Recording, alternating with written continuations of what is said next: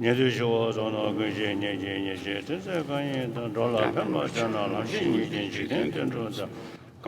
are his salutation verse from Abhisamaya Lankara.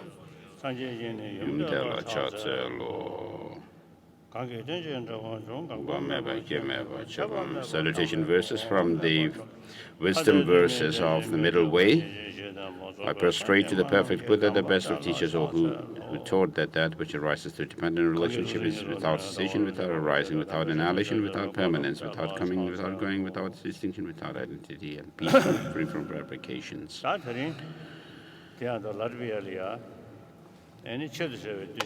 So here in Latvia today we have the teaching is mainly for those people who have come from Russia. The reason is Buddhism is one of the state-recognized religions of the Federation of Russia. And we have within the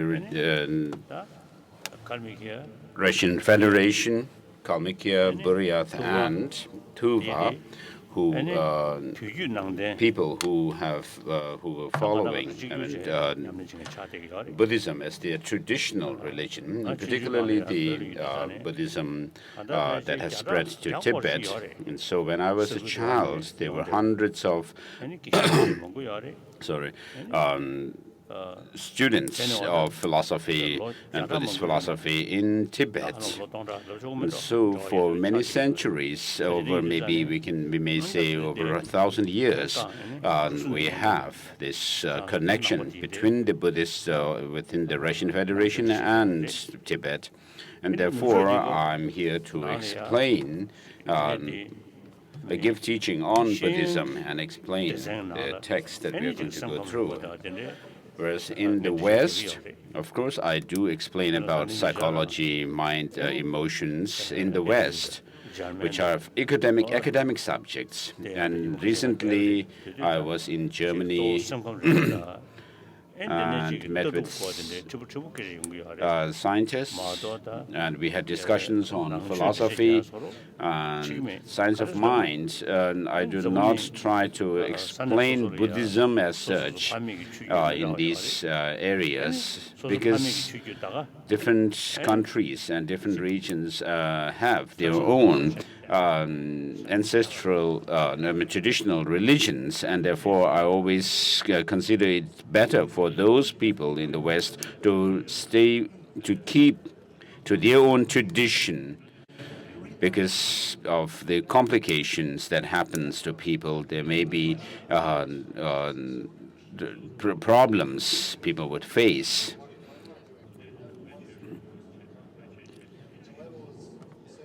So some Westerners who came to India and then tried to convert themselves to Buddhism, but later on they had complications, and therefore it's better for people to keep to their own traditional religious traditions. I have Father Wayne. I knew a Christian father, Father Wayne, who was very interested in Buddhism. So we were very good friends, and we shared teachings on love, tolerance, and also compassion, and also single-pointed meditation. One day he asked me about emptiness, and I told him, "Don't ask that question. This is not your business.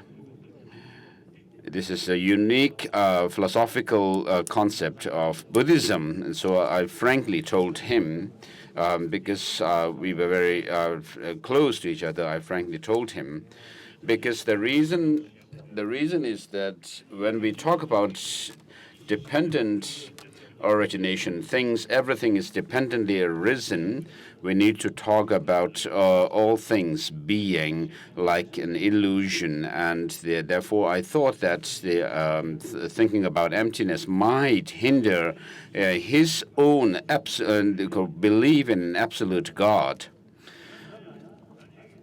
And therefore, it's better to stay within one's own traditional religion. But amongst the thousands, tens of thousands, or hundreds of thousands and millions of people in the different countries,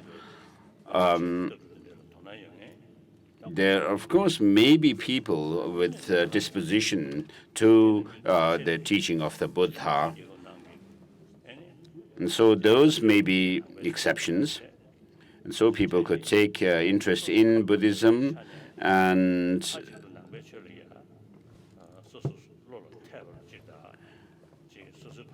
having taken interest in Buddhism, they find Buddhism to be more suitable to them. And the traditional religion may not be so effective, they feel, not so effective for them. And therefore, even in such cases, it's a different, it's an exception that they could, that they take up Buddhism as their religion. But while doing so, they must not disrespect their own traditional religion, because the traditional religion in the West, Judeo-Christian religions, have been really beneficial to their followers. And then in this hall also, there may be people who are traditional Buddhists and then those who are new to Buddhism. But we need to always keep respect to our traditional religions, your traditional religions. I personally do respect all religions. So through mutual respect amongst the religious traditions, it's very important for us to develop harmony amongst the different religions in today's world. It is very unfortunate that we have people engaging in killing other people in the name of religion. In Tibet also, there were fightings amongst the different religious traditions between red hat and yellow hat sect and so forth. And so these are really unfortunate. And so this, of course, happens in other regions. And so even if you may have adopted Buddhism as your religion, you should still respect your own traditional religion. And so the question here about religion is, what does religion mean? We are in the 21st century, in a period where there is very high advancements in science and technology. And so we need to explain whether religion is something relevant or not today.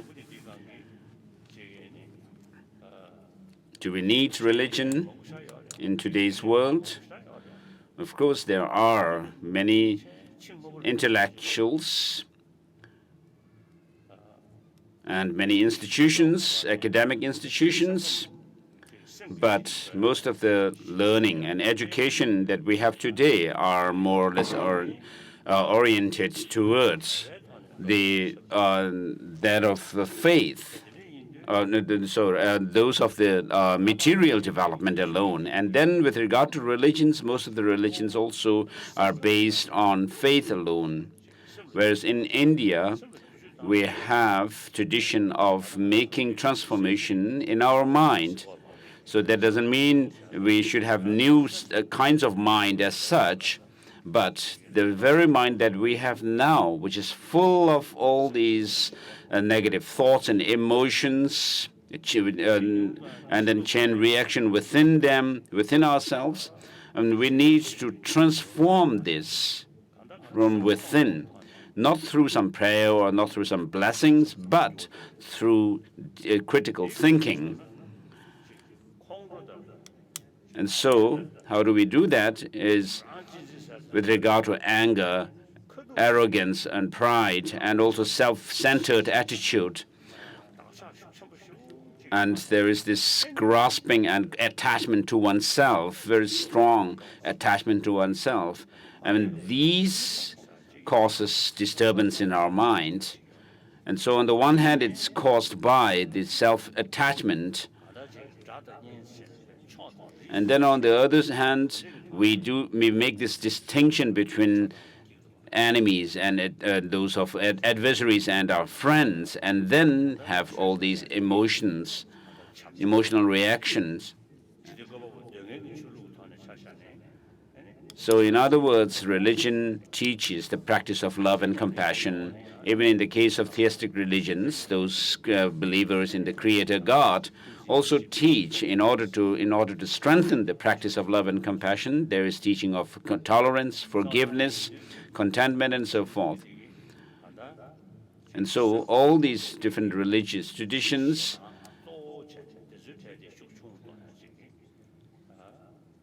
are the practice to reduce, at least to those of our negative emotions like anger and hatred and so forth. So the educational system, which is more or less oriented towards the material development, cannot actually cause this transformation within ourselves to overcome our negative emotions like anger, attachment, and so forth. Of course, people do find some relief from by taking drugs, tranquilizers, and so forth, but cannot transform our mind, overcome our anger, and so forth. So the existing modern education system is more or less oriented towards those of the its material development. Modern education, of course, started in the West, and through the development of technology and science, when they began in the West, the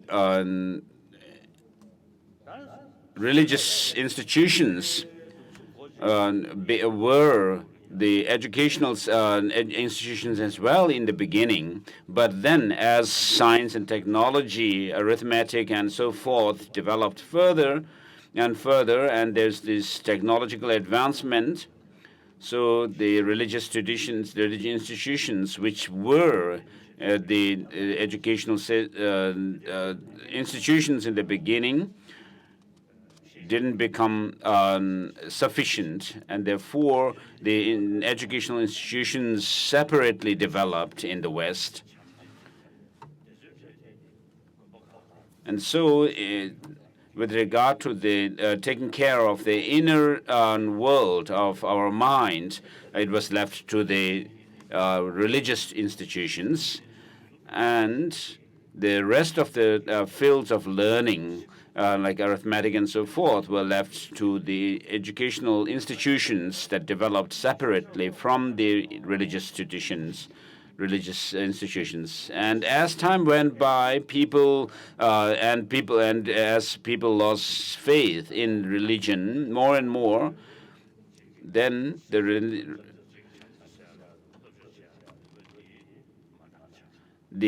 religious traditions impact or influence on people with regard to teaching morality and so forth was not sufficient. And the educational institutions themselves did not have any education on morality, ethics, and therefore, in modern existing education lacks the teaching on moral principles and love and compassion. So, of course, in order to fix this problem, religion alone cannot cover all 7 billion people. And because over 1 billion people of the 7 billion are the non-believers. And so because they do not believe in religion, religion cannot affect them. And then amongst the religious people, practitioners of different religions, there are people who who are not convinced of the religious messages that are in their religious traditions. And therefore, there is this problem of even going to the length of killing other human beings in the name of religion. And therefore, to cover all the 7 billion people on this earth, we need a system of teaching, which is the secular teaching of secular ethics, which existed in India for thousands of years. So secularism in India is understood in the sense of respecting religious traditions as well as non-believers. So this is how secularism is understood in India, whereas in the West, secularism has a connotation of disrespect or distance from the religious tradition. And during the French Revolution and Bolshevik revolution, there has been opposition to religion. But of course, if you think closely, these are not so much as we cannot say that they are against religion as such, but the religious organizations. So, because religions teach love and compassion, and no human being would oppose love and compassion. So, religious institutions were the ones that they actually were against these two revolutions. So the social system that was in place in those days was feudal system, and therefore the religious institutions have also some hands in they have influence over those rulers. And so in French Revolution, the religious institution was opposed, and also Bolshevik Revolution. So we need to differentiate between the religious institutions and the teachings of the religions and see them separate. So in Tibet also, the religion was, we almost also used the religion as a means to oppress people. So the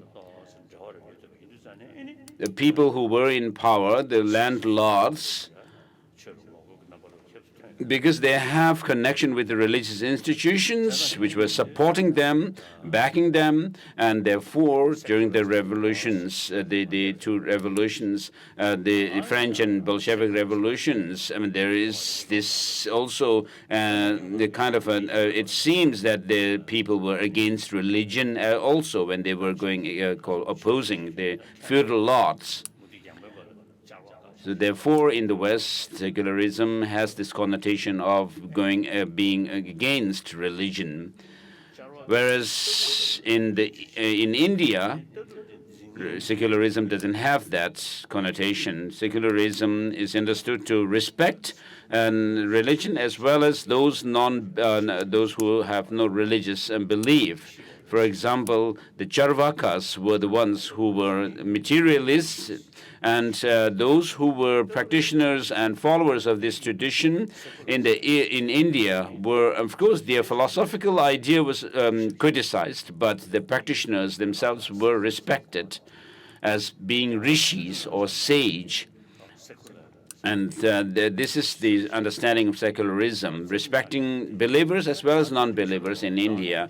And then Indian constitution itself is based on secularism.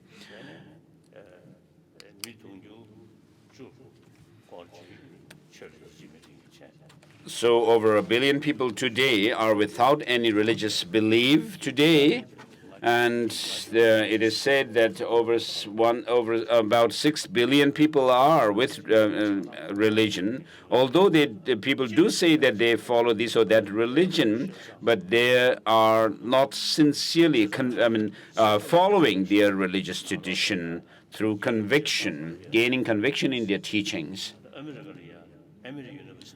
And so we have been working on teaching secular ethics in secular school systems today. And therefore, in America, we have Emory University, who have been working on drafting a curriculum for teaching secular ethics. And then also in India, the Tata Institute of Social Sciences and others are involved in this kind of project, making curriculum on secular ethics. And so generally speaking, 6 billion people, about 6 billion people say they are religious, follower of this or that religion. And within the religious religions, there are the two camps: one theistic religions and non-theistic religion. On the other hand, so in India, in Hinduism, for example, many different kinds of Hinduism believe in a creator God. So originally, everything was created by God, but then they also believe in past and future lives. So there are homegrown religions in India, which are theistic, and then also in the West, Christianity, Judaism, and Islam are theistic religions. The believer of one creator God, and we are created just this life. So this is also very good, because when you ask what God is, the people say, the followers say that God is infinite love, an embodiment of love. And so the Creator, when it is said that the Creator is an embodiment or infinite love, we are like children of that God. So the God is like our parent, and since God is the embodiment of love and compassion, and therefore, when we say that we are created by God, such a God, it gives us this inspiration to follow the will of God, to practice love and compassion. And so to follow God or the will of God means you need to practice love and compassion, not through the practice of by being angry. And so, therefore, these theistic religions are, if you sincerely practice them, you will really find them beneficial, because they are based on the practice of love and compassion. And so, of course, all these theistic religions have been beneficial to us for so long until now. 1 billion. So we have 1 billion Christians, and also about a billion, over a billion Muslims, and also Hindus. Maybe there are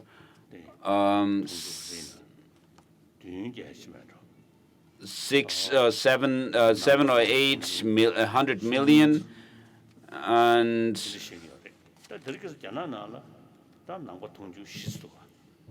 so in China, of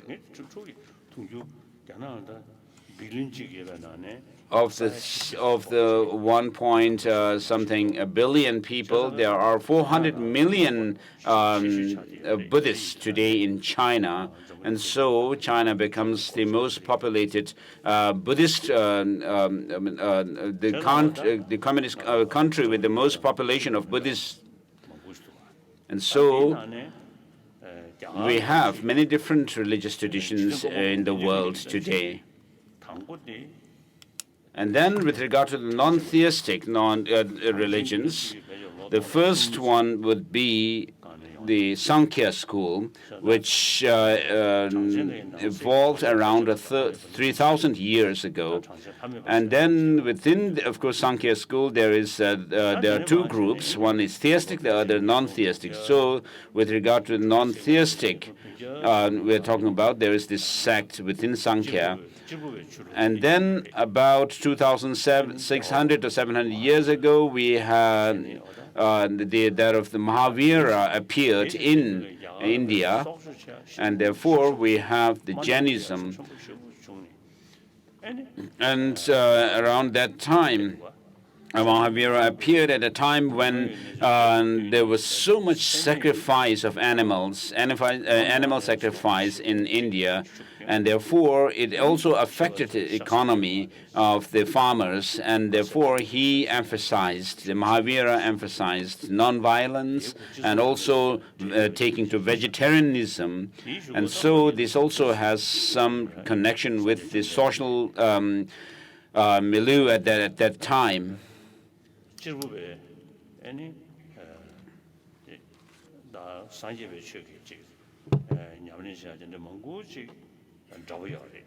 So many of the practices of Buddhism and Jainism are very similar. And then with regard to Buddhism, usually I say that the Buddha, after his enlightenment, after he became enlightened, of course he was initially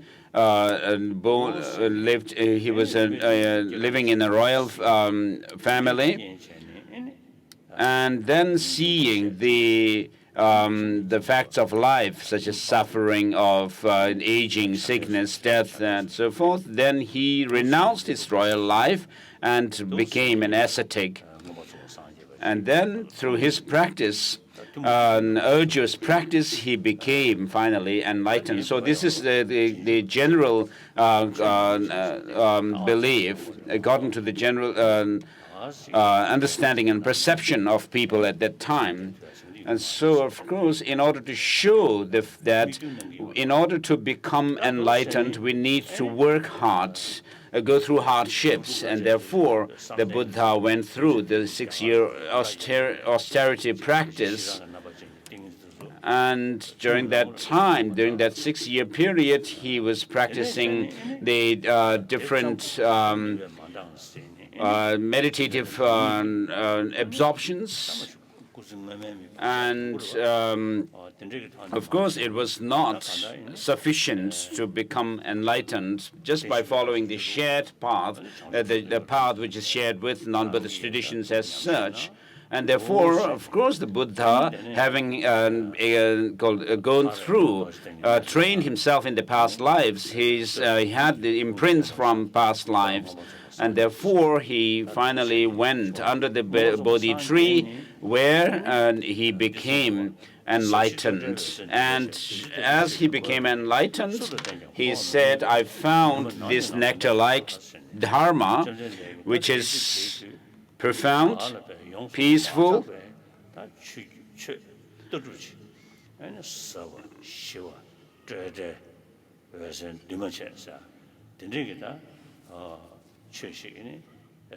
so he said, I have found this dharma, which is profound, peaceful, without fabrication, and luminous and non-compounded. And this is like a nectar. But if I were to teach it to others, explain to others, nobody will be able to comprehend it, and nobody will be able to take it. And so this is true because at that time, the different traditions that were already existing in India, they were believing in a self separate from the psychophysical aggregates. And they do also assert past and future lives. And so with regard to the agent, which comes from the previous life to the past life to the present, and to go from this to the present, future life, they say there is a self or an Atman, which if this Atman were to be the body or the mind, I mean, we cannot say that this body can go to the next life or come from the past life. And therefore, they said that they came up with this idea of an Atman, which is not the mind or the body in this life, but a permanent, single, and an autonomous, not dependent on the body, psychophysical aggregates, but an independent self.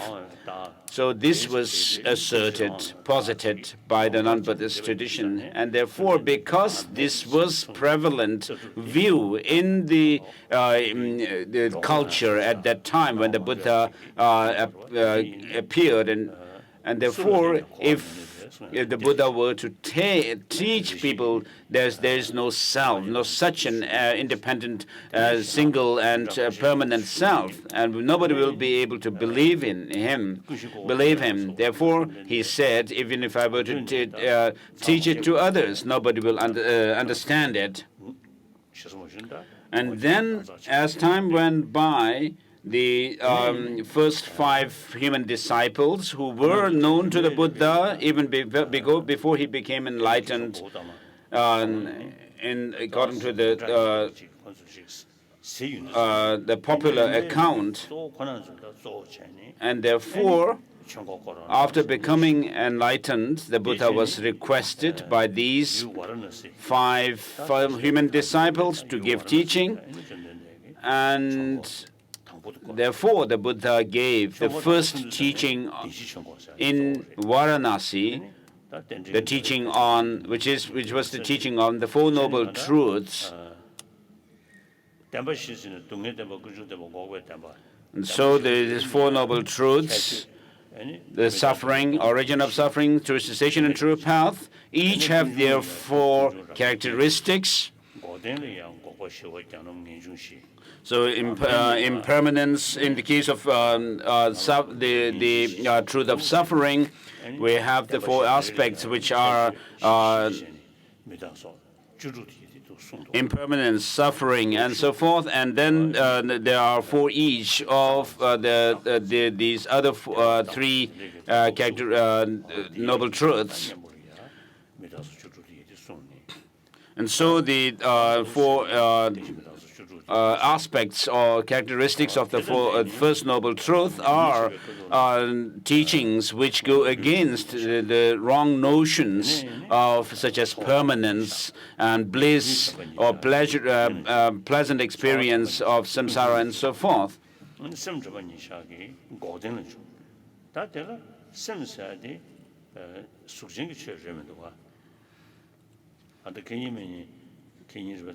And then we have the 4 mindfulness, the establishment of mindfulness practices. The mindfulness of body leads to the understanding of the suffering, truth of suffering, and then the mindfulness of those of the feeling leads to the understanding of this truth of origin, and then mindfulness of mind leading to that of the understanding of the true cessation and so forth. And so in Pisa, University of Pisa, I had discussions with scientists, biological scientists, neuroscientists, and so forth, who were explaining the mind on the basis of the brain. And so there's not much explanation of the mind that the scientists could explain apart from the brain. And so, which means they are more or less based on some coarse matter to explain mind.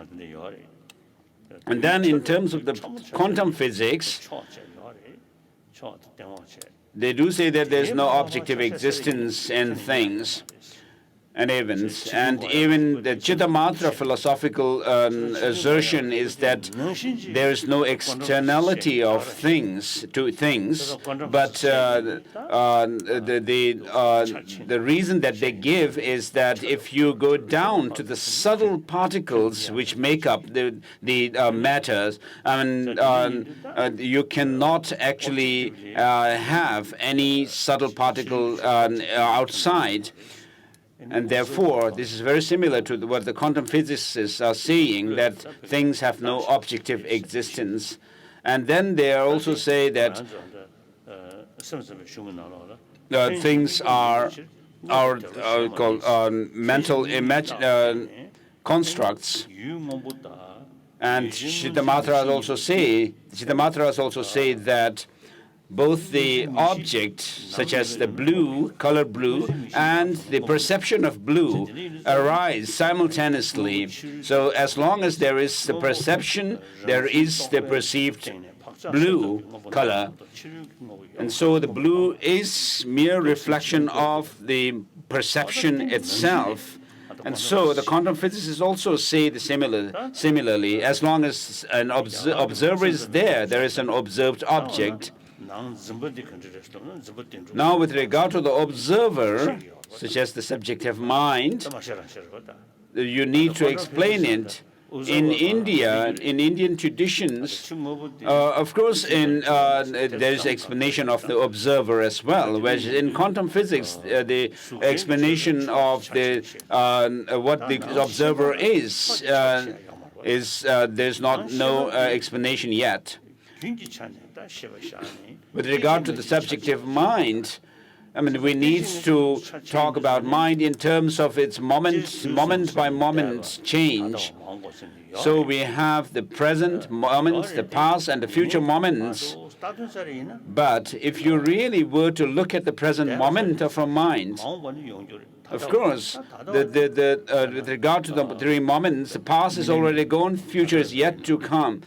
But the present, with regard to the present, we can say the present millennium, present century, present decade, present year, month, the day, hour, minute, and down to the present second. So if you were to point at the present second, half of it is already gone, half is yet to come. So where is the present? Even with regard to the, just as with regard to the outer external objects, the internal object of internal subjective mind also cannot be found when you do this kind of analysis. So of course we have the sense of an I am this. And therefore, some philosophical schools say that this I, the sense of I that we have, has its object, which is the I, which is actually as an aspect of a mind. And so, with regard to the I, you cannot talk about the I on the basis of the body. You cannot say the body is the I, nor these feelings and other aggregates, but the consciousness, the mental consciousness. So therefore, within the Buddhist philosophical schools, there are those who say this, the mind, that mental consciousness is an identity of the self. So even within those of the Madhyamakas, there are those who say the sixth mental consciousness is the identity of the person. Whereas if you really, even that, if you put that to test and scrutinize it, you will not be able to actually have anything that you can pinpoint as being the self. And so the meditation on the mindfulness of mind leads to that of the true cessation, and meditation on the mindfulness of phenomena, mental objects, leads to the path, true path. And then of the 37 aids to enlightenment, there are those of the four exertions, and then the 5 powers and 5 faculties, and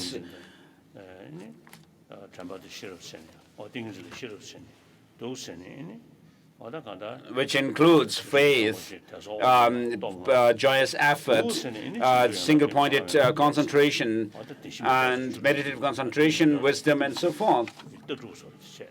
And so the 16 aspects of the Four Noble Truths are the philosophical ideas of Buddhism, and on the basis of which we develop the path, which are mentioned, which are given with in the 37 practices. And so that of the dependent nature of things is the essential teaching of the Buddha. And so with regard to dependent origination, there is the causality, and therefore the Buddha said there is no self which is independent. He said the notion of I that we have is a devilish mind.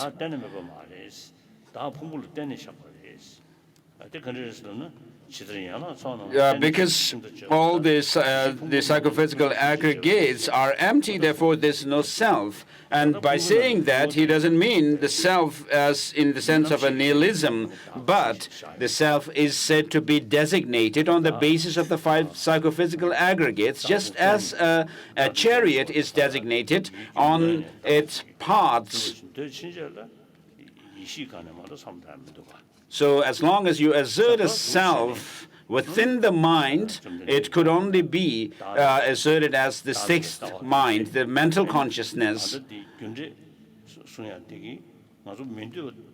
So when we talk about causality, of course, the happiness is what we really desire, and suffering we don't desire. And therefore, the teaching on the Four Noble Truths teach the causality of those which we want, do not want, suffering in its origin, and suffering as the result, and its origin as the cause. And then, so we have a set of causality there, and then pertaining to samsara, and then a set of causality pertaining to enlightenment, which are the true cessation, which is led to by the true path. So that's how we go about with the practice of Buddhism on the basis of law of causality. And of course, the theistic religions are very good, although, of course, they practice on the basis of faith alone.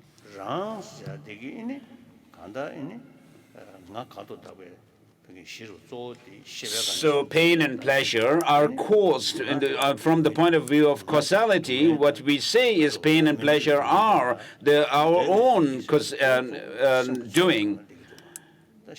And therefore, you think about the self or a person on the basis of the mind. Of course, we have the aggregates such as form, feelings, and then those of the discrimination or perception of mental formation, and then consciousness. And therefore, within the non-Buddhist, non-theistic religious traditions of India, there is so much explanation of the mind.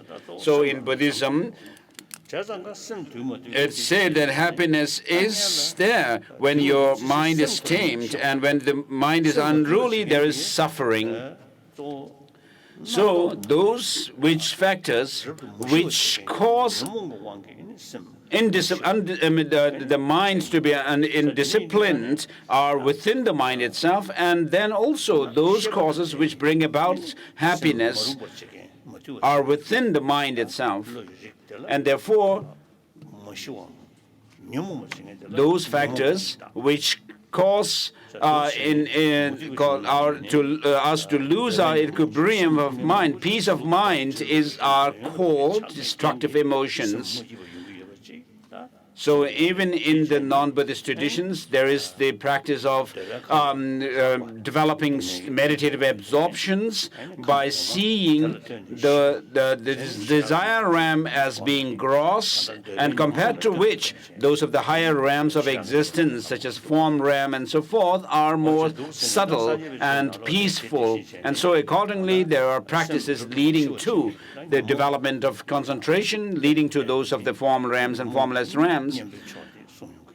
And then in Buddhism, there is teaching of antidotes to these destructive emotions, which leads to that of the purification of the overcoming of these negative emotions. So we cannot overcome the negative emotions, destructive emotions, by reciting mantras or doing prayers, but we need to know how these arise in us. And so mainly we are usually tossed by attachment and anger or hatred, and these two are rooted in ignorance, which here is the ignorance which causes us to have attachment and anger. As in Brahmanavartika it says, as said in Brahmanavartika, when you have a strong sense of me or I, then that leads you to make division between you and me. And then accordingly, you also create those of the negative, you have the attachment and anger. And of course, as the philosophical views are deepened, then there is also difference in identifying that of the ignorance. And so the subtlest view comes from those Madhyamakas who do not assert any kind of fixation in things, self-characterized, self-defined characteristics of phenomena. So from this point of view, the teachings of the Buddha could be seen without any contradiction. Because if you were to hold on to some view which actually asserts some kind of objective existence and things, you cannot actually overcome the negative emotions, and therefore the Buddha's teaching is also said to be the one which fulfills the interests of the two interests, the dual interest of sentient beings. Because Master Nagarjuna says that things have no objective independent existence because they are dependently arisen. And so this is the final reason to say that things are empty of any objective existence. And so the reasoning of dependent arising or dependent origination is said to be the king of reasoning, because as Master Nagarjuna says, because things are dependent, they are arisen, therefore they have no objective independent existence. Things can only exist in two ways. Either they can exist independently without depending on any other factors, or they can exist dependently. If things were to have any independent existence, it should be clearer and clearer as you delve into the nature of them, whereas that doesn't happen. It's like saying, as Master Nagarjuna says, if the mirage were to be a water, then the closer you get to it, you should have still that water there, but it disappears as you get closer to it. And therefore, things are without any objective independent existence. That doesn't mean things do not exist, but things are dependently arisen. And therefore, regarding dependent nature of things, the coarsest form of that understanding of dependence is that of causality, which explains that effects arise through dependence on their causes. And through that understanding, we actually gain insight into how to live a life that can, a virtuous life, which can lead us to higher rebirths. Whereas by understanding the deeper nature, which is to say that non-independent existence of things, we gain this insight and lead us to that of the nirvana. And so this is what is meant by the dual interests or the goals of sentient beings, that of the higher rebirth and that of the nirvana. And so all teachings of the Four Noble Truths which teach those of the Four Noble Truths and the 16 aspects, as well as those of the 37 practices, are shared with other Buddhist traditions. Whereas, which is to say that the Pali tradition followers also have that teaching, whereas the Sanskrit tradition, according to the Sanskrit tradition, the Buddha taught the Panchaparamita Sutras, the Perfect and Wisdom Sutras in Sanskrit, which to a few select disciples, which are not there in the Pali tradition. So, this Perfect and Wisdom Sutras actually explain in greater detail what is taught in the First Noble Truth, and particularly that of the true cessation. And so in the Heart Sutra, we find mention of even the 5 aggregates have no intrinsic existence. So the word even is there in Tibetan, but not in Chinese translation, and neither in Japanese.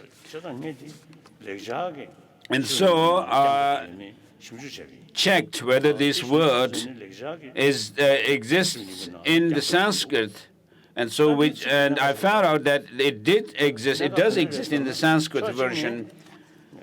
So this word, even or also, is very significant. Because in the first turning of the wheel of Dharma, the Buddha mainly taught selflessness of persons and not selflessness of phenomena as such.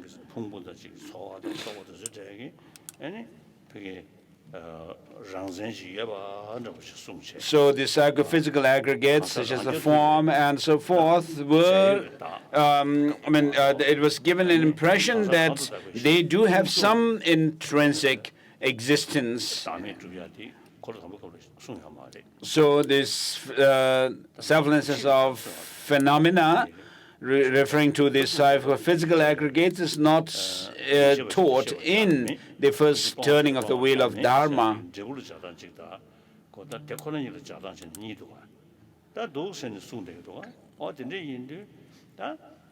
Although there is teaching within the Four Noble Truths where it says that the suffering must be overcome, but there's nothing to be overcome, and so forth.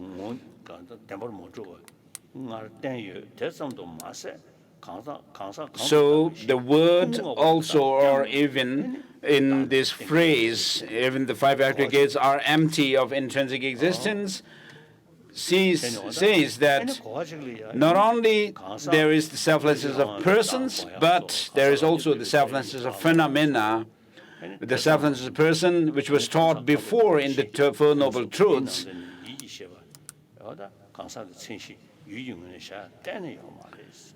and so the second, the connotation of this word, even or also, is that not only the self or the person is without any inherent existence, but also the 5 psychophysical aggregates have no inherent existence. And Master Nagarjuna says, as long as in Ratnavali, as long as there is grasping at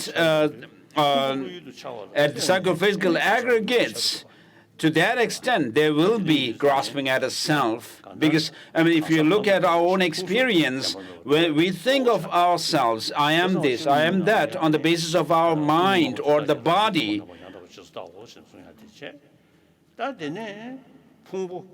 And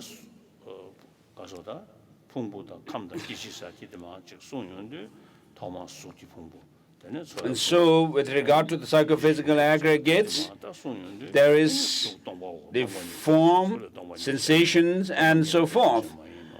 And so, to explain the emptiness or selflessness of these psychophysical aggregates, the Buddha first touches that of form, saying form is empty, emptiness is form, emptiness is not other than form, and form too is not other than emptiness. And therefore, the form, when you actually look or search for the designated object, the form itself, you will not be able to find anything within the object as being the form as such. And so that doesn't mean that, when we say things form is empty, it means that form is without any inherent existence. Because it is empty of any inherent existence, therefore it is dependent. And therefore it comes about. A form arises through dependence on many causes and conditions. And therefore, based on the reason that things are dependent, it is said that things are empty. And because things are empty, it is said that we could actually say they are dependent also.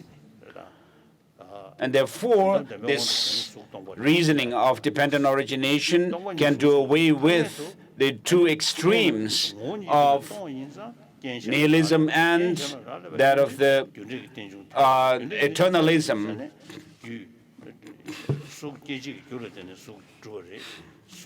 Because form comes about through its causes and conditions, it has no inherent existence, and therefore we can prove that its dependence on causes and conditions can give rise to the insight into its emptiness. And then with regard to the emptiness of the form and form itself, they are of the same called entity or nature, but distinct conceptually. And therefore, the second turning of the wheel of Dharma explains in great detail that of the true cessation.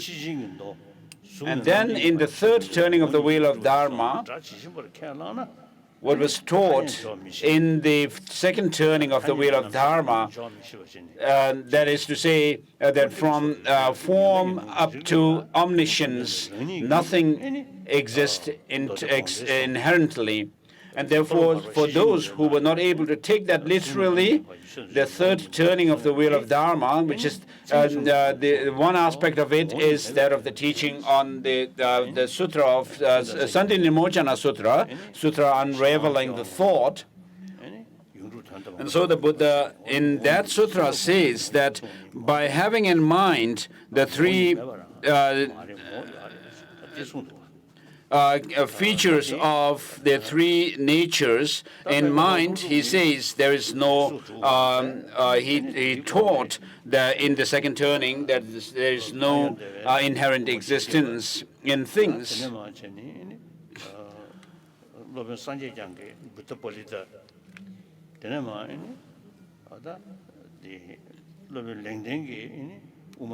And so following Master Nagarjuna's teaching, we have the 400 verses of Aryadeva, and then also Madhyamaka Hridaya and its commentary by Bhaviveka, and also Chandrakirti's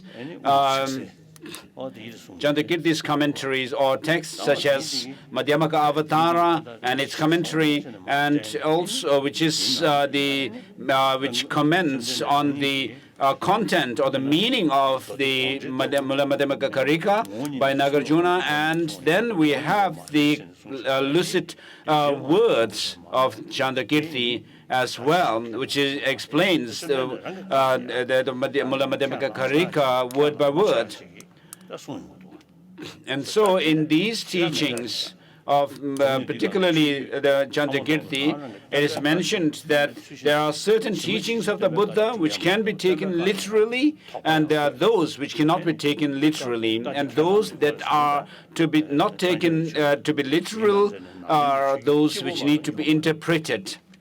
And therefore, making such a distinction between the provisional and the definitive teachings within the teaching of the Buddha exists only in the Nalanda tradition. And this is actually following the Buddha's statement where he says, "O monks and scholars, just as the gold is tested by burning, cutting and rubbing, likewise you should examine my teaching and then accept it, not because you have devotion or faith in me.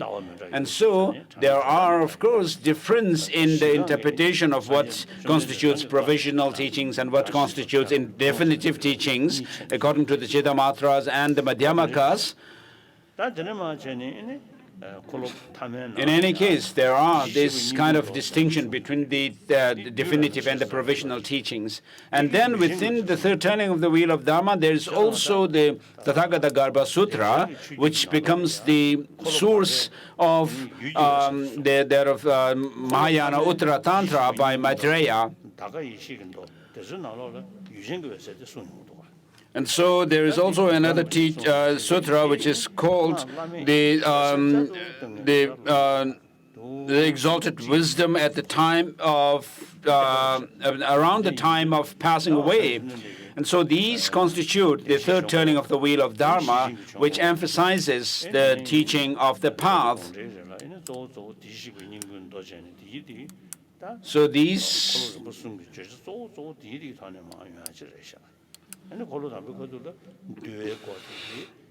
So within the first turning of the wheel of Dharma, we can also include those of the Vinaya teachings.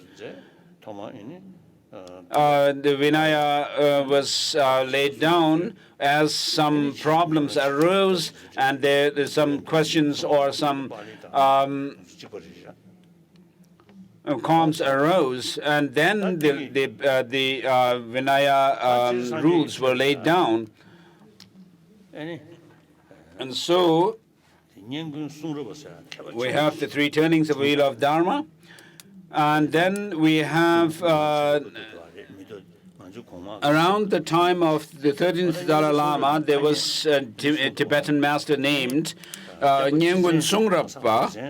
He makes a distinction between the teaching of the Buddha, categorizes them into two. One is the general structure of the teaching, and one is the specifically tailored teachings. And so the Tantra comes within the second category, and then the Sutrayana comes within the first category, the general approach. So in some countries like Japan, there are people who practice Tantra, and they focus only on Tantric practices, and they do not actually pay much interest in the Sutrayana teachings, although they do recite the Heart Sutra, but they don't seem to have any study of the teaching. And in Tibet also, people have focused on tantric teachings, tantric rituals, and didn't have much study of the general structure of the teaching. So this is a drawback in the Tibetan community in the past. And so without the foundation of the general structure teachings, of course, there's no way you can practice Tantra effectively. So therefore, we need to study the Sutrayana teachings, and then having a good foundation in these, then if you go into the Tantric teachings, it will be effective. So, of course, the specifically tailored teachings were given to very specific disciples according to their dispositions, their inclination, and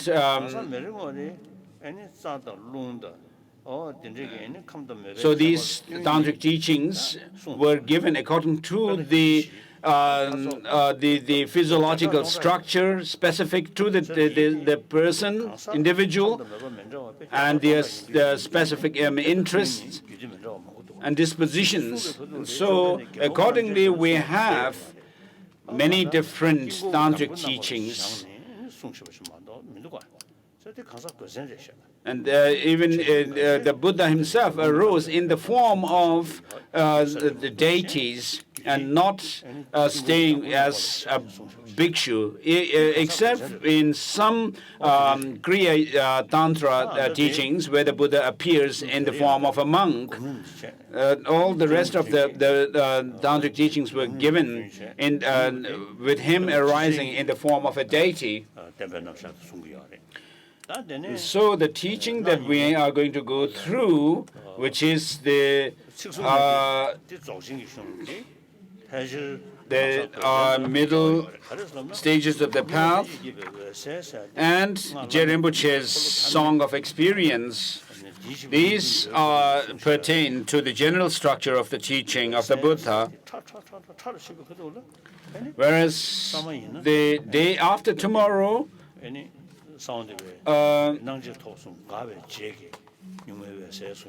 what we are going to go through is the Dzogchen teaching.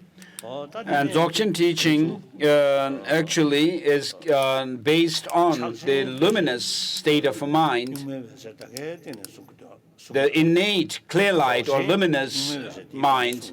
And Mahamudra also is explained on that basis. And in the Dzogchen tradition, there is the distinction between Sem, the ordinary afflicted mind, and that of the Rigpa, pristine awareness. And so the Rigpa is the Sem or mind is taken to be that which is affected by grasping, and Rigpa is the state of mind which is unaffected by it.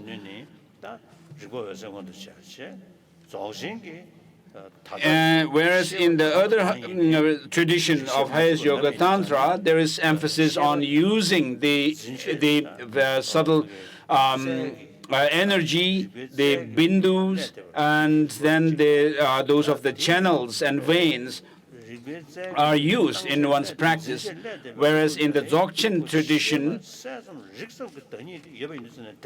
whatever state of mind we are in, there is still that the aspect of luminosity or the clarity and awareness in it. And so that is what is emphasized in Dzogchen practice, without having to go through the practice based on those of the bindus, the subtle the wind energy and so forth. So with regard to the teaching, the text that we are going to go through first, the second volume of the Stages of Meditation, it was written by Master Shantarakshita, who was invited to Tibet by the Tibetan Emperor Trisong Detsen at that time, and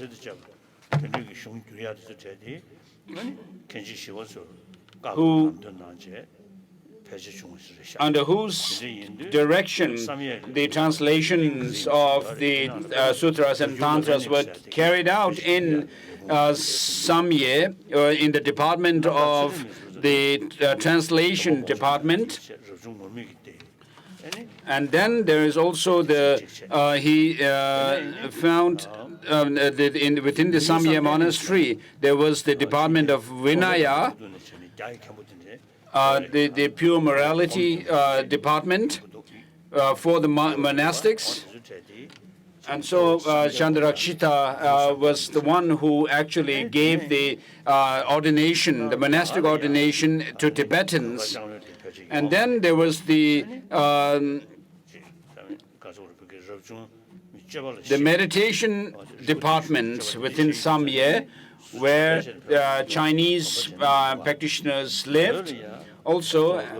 And then with regard to tantric practitioners, because Master Padmasambhava himself was responsible for giving the tantric teachings, there was this department of the tantric practices.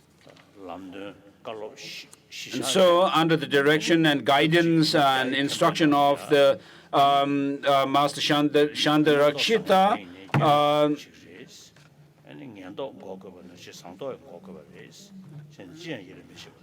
as there was also the kind of a prophecy that there will be some problem in the future at that time. Master Chandrakshita had actually said that you should invite my student, Kamalashila, and so in the Samye monastery itself, there were Chinese practitioners who had said that there was no need for study of the teaching. Mere meditative practice, meditation, can lead us to that of the enlightenment. And so, in order to challenge that, I have also seen in Japan there were people who say that mere meditation alone is sufficient for enlightenment, and so Kamalashila was invited to Tibet to challenge that, and so he was invited by Trisong Detsen, and the Trisong Detsen himself requested Kamalashila to write this text.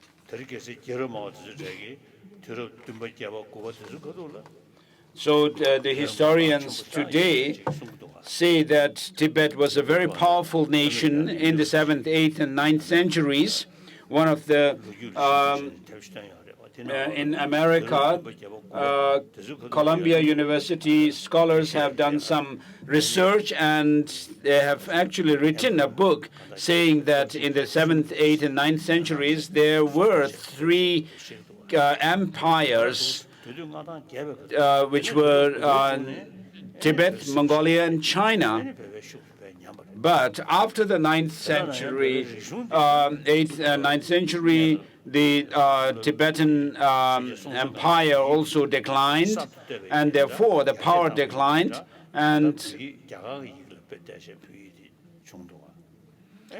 But nevertheless, we have the Tibetan script, the writing, which was either newly devised during the time of Tsongkhapa, or it was developed further from what existed. So whatever the case may be, we have Tibetan script.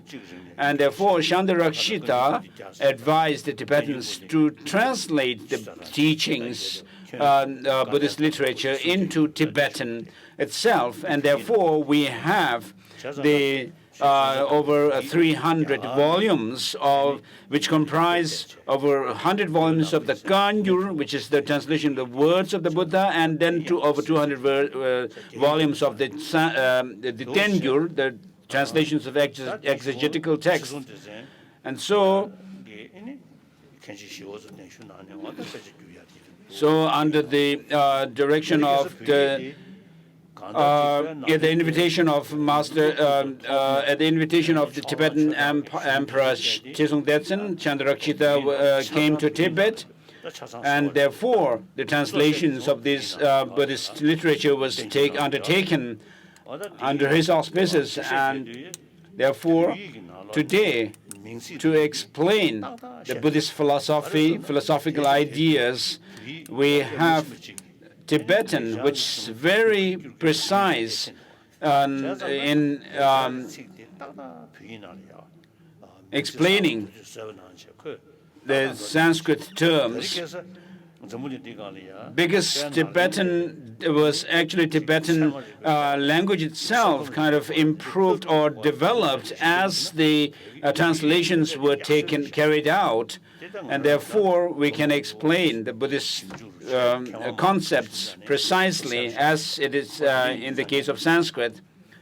And so, having met with many different scholars from different fields, I have found the Buddhist traditions, I found this to be true.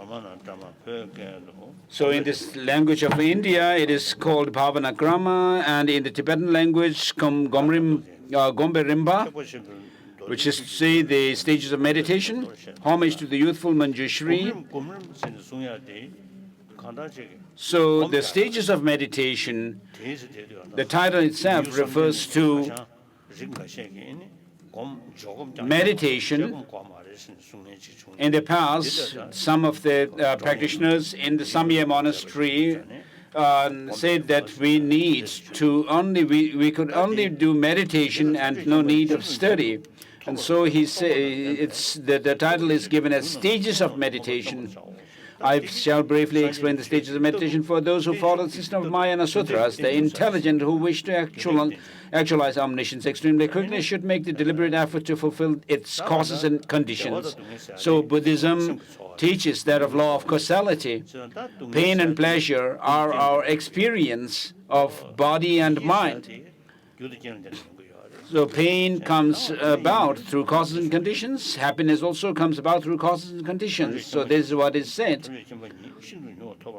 So those who wish to actualize omniscience very simply quickly should make the Tsongkhapa the Denpa in Tibetan, which is translated as the intelligent one here,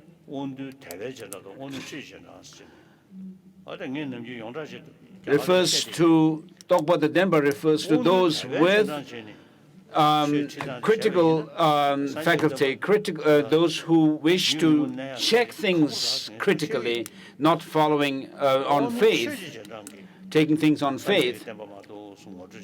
So I usually say that if we follow the teaching of the Buddha according to those with duller faculty, those who base more on faith, then Buddhism may not survive for much long.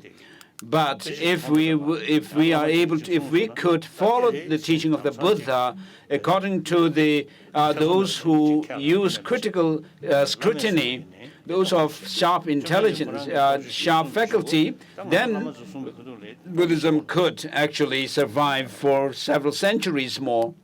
And so the Buddha himself has said we should examine his teaching. Therefore, if the lamas were of that kind of caliber, using intelligence, using reasoning and logic rather than mere faith, then it could also help their disciples to be more critical as well.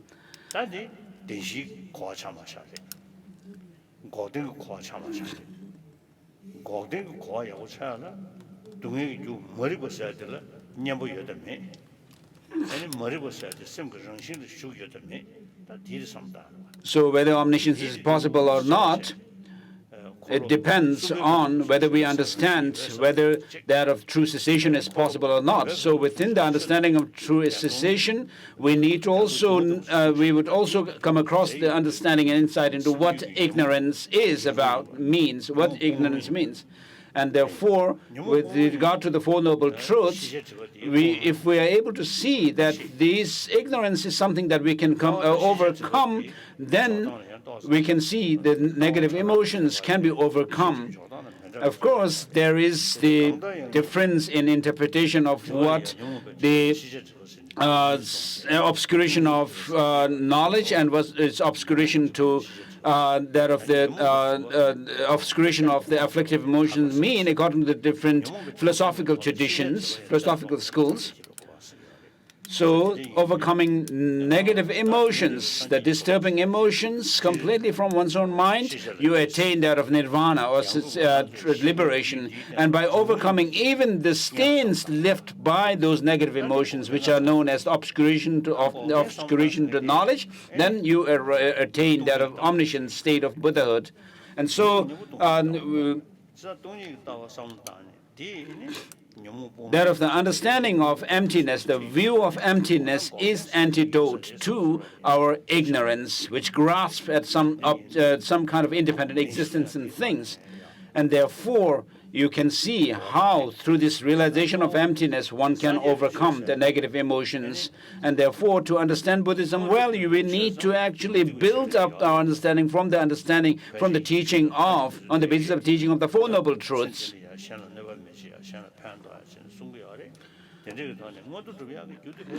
So with regard to attaining higher and attain a higher rebirth, as Master Aryadeva says, first overcome those of the non-meritorious practices. So all religious traditions, including the theistic ones, also have the teaching leading to higher rebirths. But with regard to that of the definitive goodness,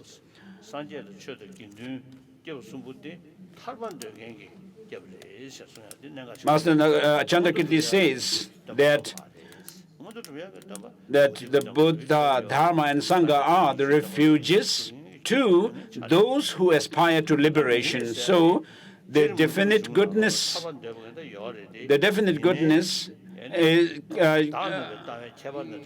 is teaching, which actually is found in the teaching of the Buddha, which teaches that of the selflessness. So on the basis of understanding of selflessness, that of the definite goodness is taught. So one should make a deliberate effort to fulfill its causes and conditions. So main cause of the Buddhahood are twofold, that of Bodhichitta and the understanding of emptiness. So the understanding of emptiness, the wisdom realizing emptiness, is necessary in order to develop this compassion, whereby you not just wish others to be out of suffering, but you want actually to take the task on your shoulder. While suffering is something that can be overcome, yet people are overcome with suffering because of their ignorance, and so you feel compassion for them.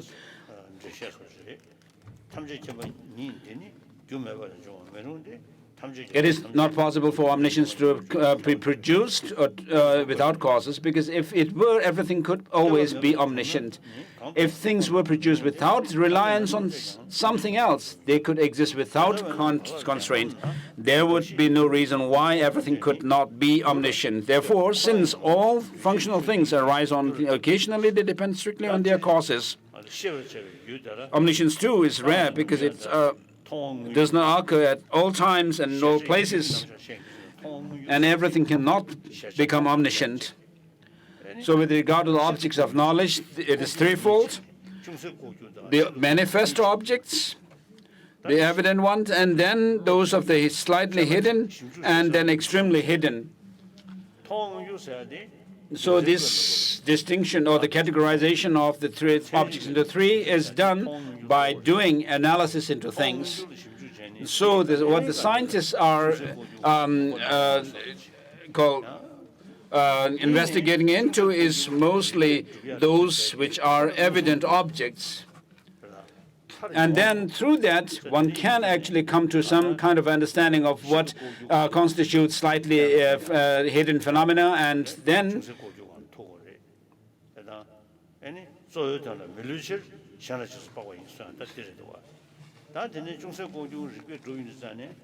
so when we use inferential logic, which gives rise to inferential cognition, we need to actually use reason. And so on the basis of reason, we can come to some conclusion, but then that also needs to be corroborated by our experience, empirical experience of things. So recently I had a meeting, the first ever meeting with Russian scientists in Delhi.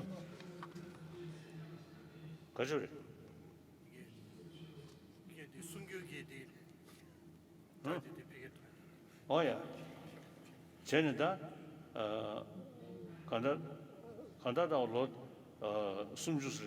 So for over 30 years, oh, this is disturbing.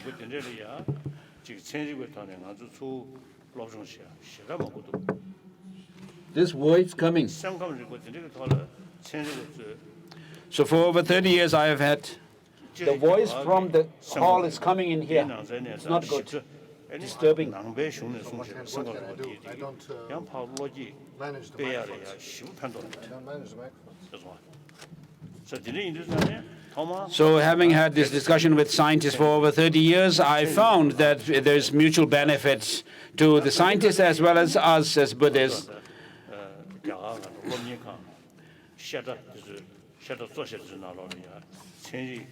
And then I've urged our monastic institutions to start learning science as well.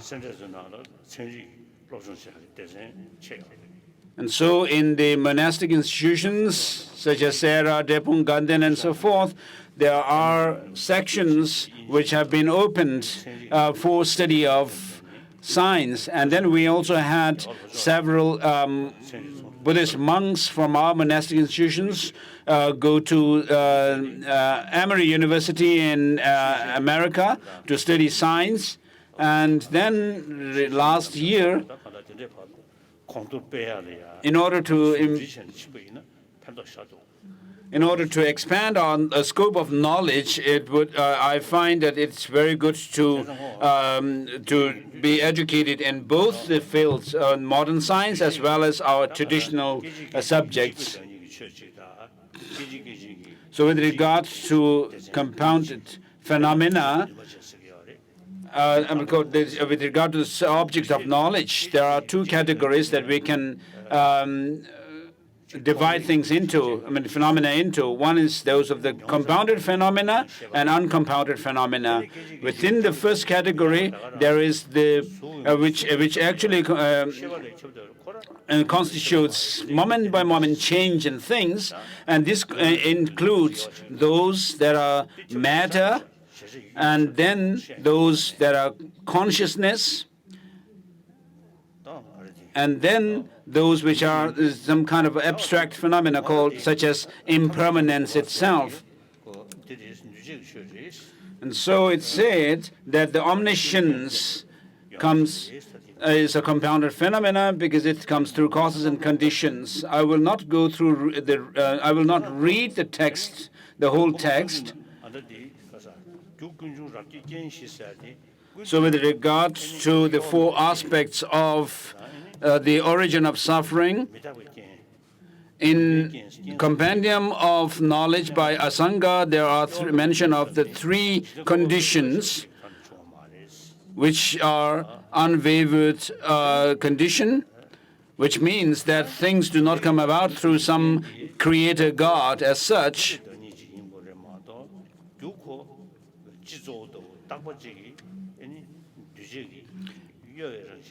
And then the second condition is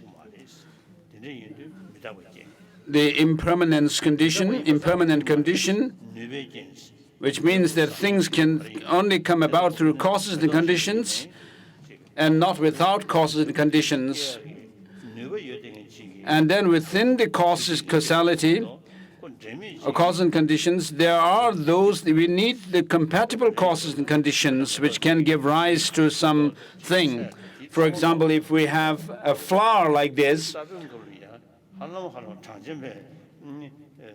even within the seed of these flowers, just as the Sankhya School says, which say that all the results that we see, the manifest flower, is there within the seed itself. Of course, we don't say such things, but there is a potential condition, as Master Asanga mentions, so which refers to the compatible conditions which can give rise to its effect.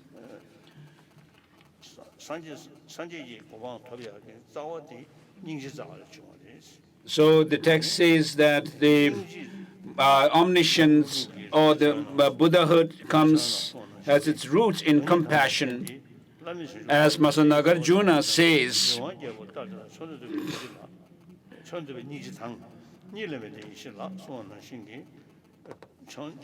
if you wish to attain Buddhahood for oneself and others, what you need to develop are the threefold causes, which are that of compassion, bodhicitta, and the wisdom of non-dual wisdom.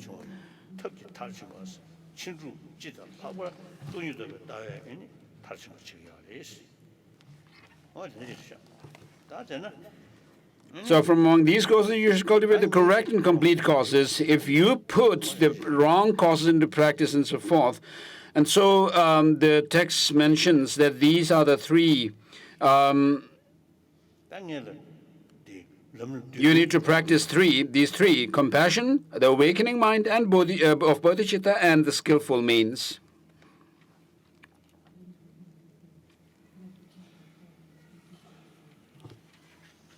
다음에 되게 이 순간과 소리 되는 순간 지인 주단이 두선 특인 머신에 So as I had explained in the introductory talk, the stages of meditation goes through the teachings contained in the three Pitaka.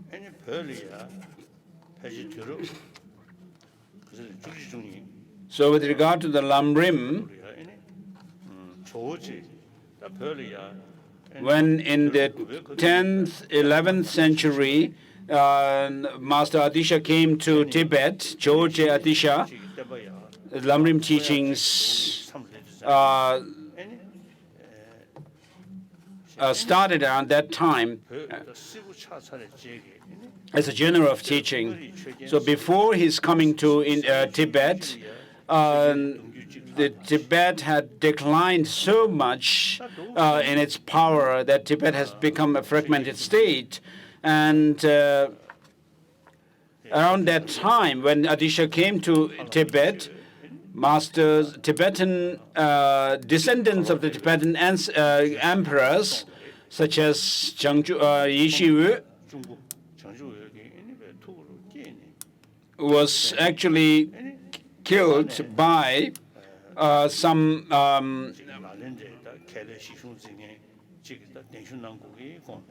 king, and then his younger brother, Changjuwu, invited the Master Atisha to Tibet, of course at the behest of Yeshiwu himself. And with regard to the spread of Buddhism in India, it seems there were institutions like Takshashila, Nalanda, and then after Takshashila came that of Nalanda institution. It seems that around at the time of the Buddha, there was a small institution, but later it developed and was expanded. And then after that came that of Kamalashila, and which further developed later. And around that time, when he was invited to Tibet, he was living in Kamalashila. So of course, the study he did was the text of the Nalanda masters.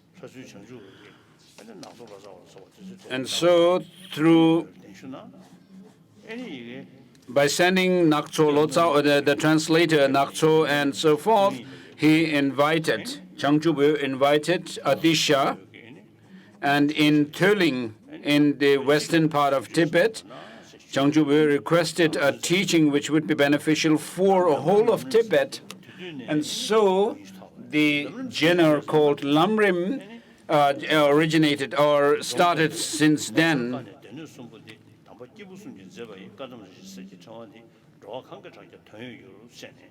So Master Dromtemba, the amazing, the wondrous teachings of the Buddha, words of the Buddha, are the three baskets.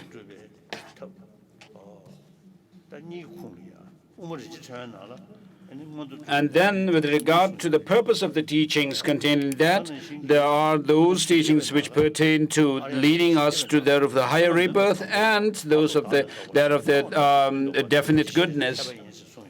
And so Master Aryadeva actually goes through first overcoming the non-meritorious actions, and then in the middle overcoming the notion of a self, and then finally overcoming all views, distorted views. And so this is the kind of source for Atisha's teaching on the stages of the path to enlightenment. So the teachings pertaining to the beings of small scope are those that lead to higher rebirth, and then the teachings for those of the intermediate scope or faculty are those leading to that of the definite goodness, that of nirvana, and then we have teachings pertaining to the beings of greater scope. His Holiness was earlier thinking of not going through the stages of meditation, but now has changed his mind. He thinks he can finish, even if he goes, he reads the whole text as in the form of giving a lung as well, the oral reading transmission. Therefore, he definitely.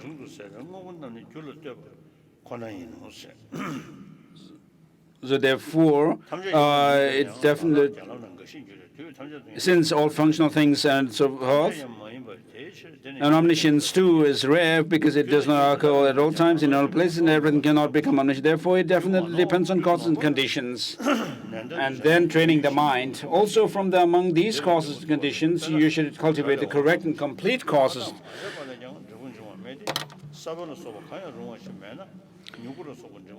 If you put the wrong causes into practice, even if you work hard for a long time, the desired goal cannot be achieved. Will be like milking a cow's horn. Likewise, the result will not be produced when all the causes are not put into practice. Effect. For example, if the seed or any other cause is missing, then the result, the sprout, and so forth, will not be produced. Therefore, those who desire a particular result should cultivate its complete and unmistaken causes and conditions. If you ask what are the causes and conditions of the final fruits of omniscience, I who am like a blind may not be in a position to explain myself, but I shall employ the Buddha's own words. And so here, when the reference is to use, by saying using the Buddha's own words, it actually refers to using those the authority of Buddha's words is to come to the conclusion of the extremely hidden phenomena. And of course, I do not believe in the existence of Mount Meru. So Master Nagarjuna and the past masters have mentioned the existence of Mount Meru and so forth, following what was prevalently believed in those days. And Master Vasubandhu's text, Abhidhammakosha Karika, says everything arises from karma. All the varieties of world, the multitude of worlds arise through karma, which is very similar to a non-Buddhist Hindu text which talks about cosmology, where it mentioned that everything comes through Brahma. So I usually say that the Buddha did not appear or come to the world to measure the earth or anything like that, but he came to teach the Four Noble Truths and so forth. And then in other scriptures, we find mention of different forms of world systems. And so there could be many different forms of the worlds, planets and so forth. As Master Vasubandhu says, that from karma arises varieties of worlds. So sometimes when I say that I don't believe in the Mount Meru, people become uncomfortable. That should not be the case, because in our own text, in our own text, it is mentioned that there are those which are things. If they do exist, they should be perceptible to us. Since they are not perceptible, they cannot exist. So such a reasoning of non-observance of things is used. And so this applies to that of the Mount Meru. Then we can, If it existed, of course, it should be perceptible. Because it's not perceptible, we can say it does not exist. And so the reasoning applies here. So here it is not. Master Kamalashila does not mean that everything the Buddha has said should be resort. I mean, to see the truth of it, we should resort to his words. That's not the case, because there are teachings which can be verified through inferential logic. May not be in a position to explain by myself, but I shall employ the Buddha's own words, just as he spoke them to his disciples.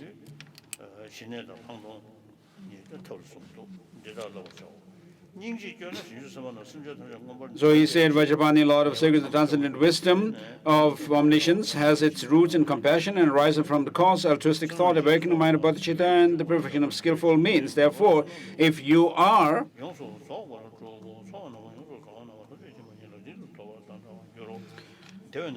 interested in achieving omniscience, you need to practice these three: compassion, awakening mind, bodhichitta, and skillful means. Moved by compassion, bodhisattvas take the vow of liberating all sentient beings. Then, by overcoming their self-centered outlook, they engage eagerly and continuously in the very difficult practice of accumulating merit and insight. Having entered into this practice, they will certainly complete the collection of merit and insights.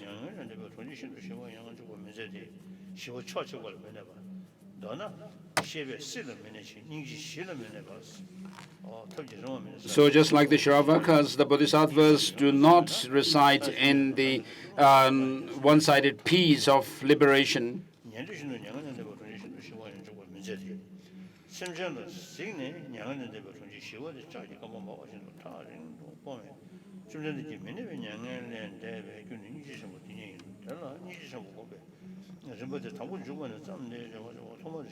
So developing equanimity,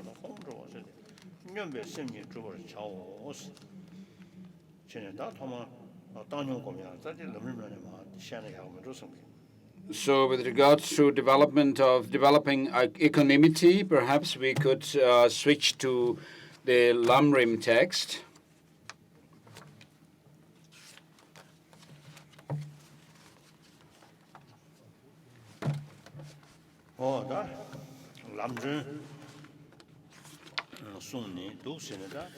So Master Adisha wrote his lamp for the path to enlightenment, on the basis of which Longchen Ramjapa wrote the trilogy of ease and comfort, and of three of these the trilogy, that of the Semging also teaches the path according to Adisha's Lamrim structure. And then Gampopa also wrote his jewel ornament of liberation, following the same pattern as laid down in that of the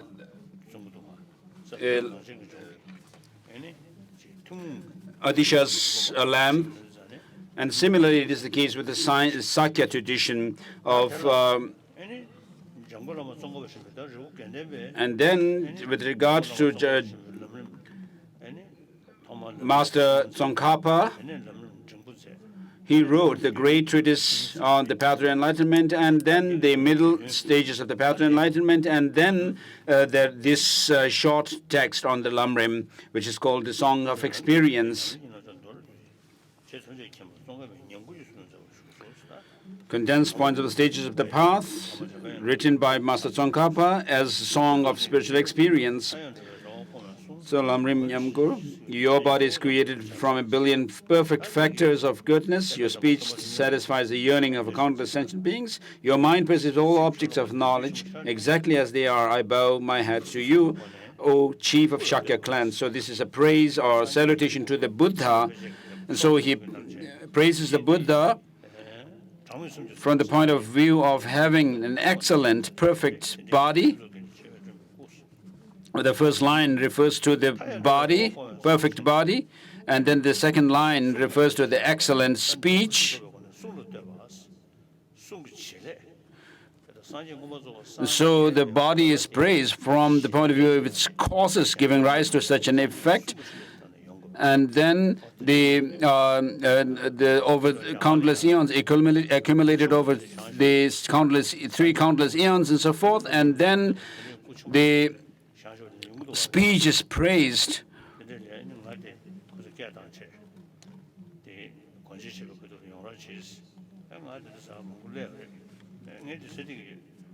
And so, of course, constructing Buddha statues is very good.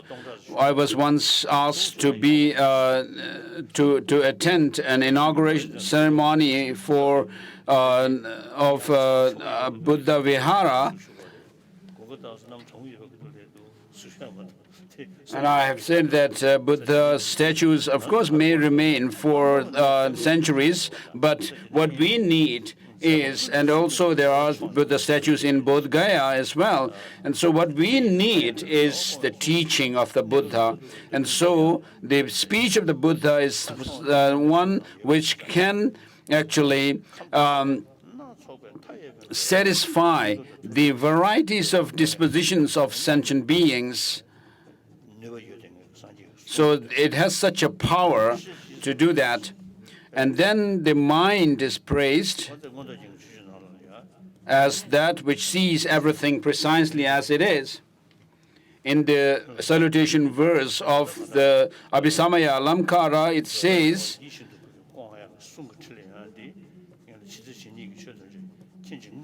the fact that the Buddha is able to satisfy the wishes and desires of sentient beings is because of his omniscience. And so the mind of the Buddha is praised for having its perfect nature, from the point of view of its nature, excellent nature.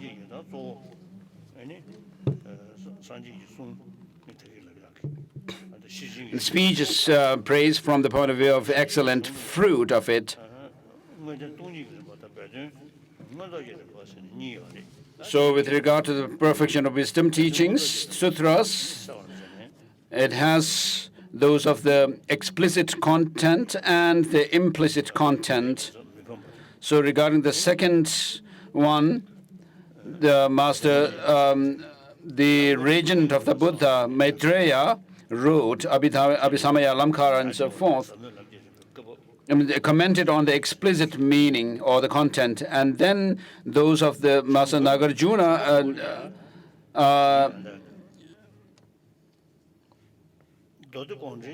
wrote explained the explicit content. So in the commentary to Sandhi Nimocana Sutra by Wenchek, which mentions, which I found out later that he was a Korean scholar, an abbot, and I read his commentary on the Sandhi Nimocana Sutra, where he mentions that Maitreya is the name that was given after his mother, whose name was Maitri. And so it mentions that he had his own parents. And so with regard to the Maitreya, of course, if he were a god of the Tushita heaven, of course, there's no need for parents. But it seems there was also a Maitreya who was a human being, as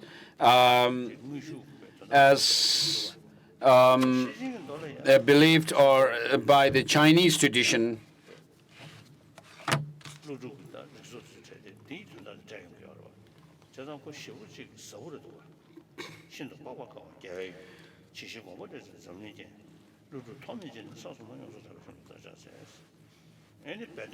So the second verse and then the third verse, referring to Nagarjuna and Asanga.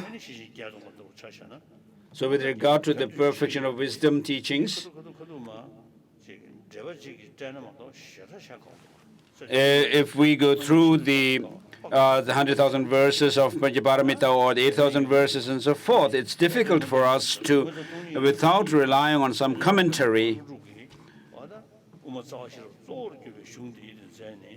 So we have Master Nagarjuna's writings, mainly that of Mula Madhyamaka Karika, the wisdom verses of the middle way, the fundamental wisdom verses of the middle way, and then commenting on the explicit content of the perfection of wisdom, and then Maitreya's Abhisamaya Alankara, and which explicates those of the implicit content of the perfection of wisdom, which goes through the what are known as the knowledge of the basis, knowledge of the path, omniscience, and then those of the applications within the path, applying the path within ourselves. So verse number 4, verse number 3, 2 and 3 refers to those of the profound view lineage and the extensive path lineage, contact lineage, and then all these teachings came down or flowed into one person, that is Dipamkara, Matsa Adisha. And so verse number 4 is a salutation to him. And then you are the eye to see all the myriad collections of scriptures.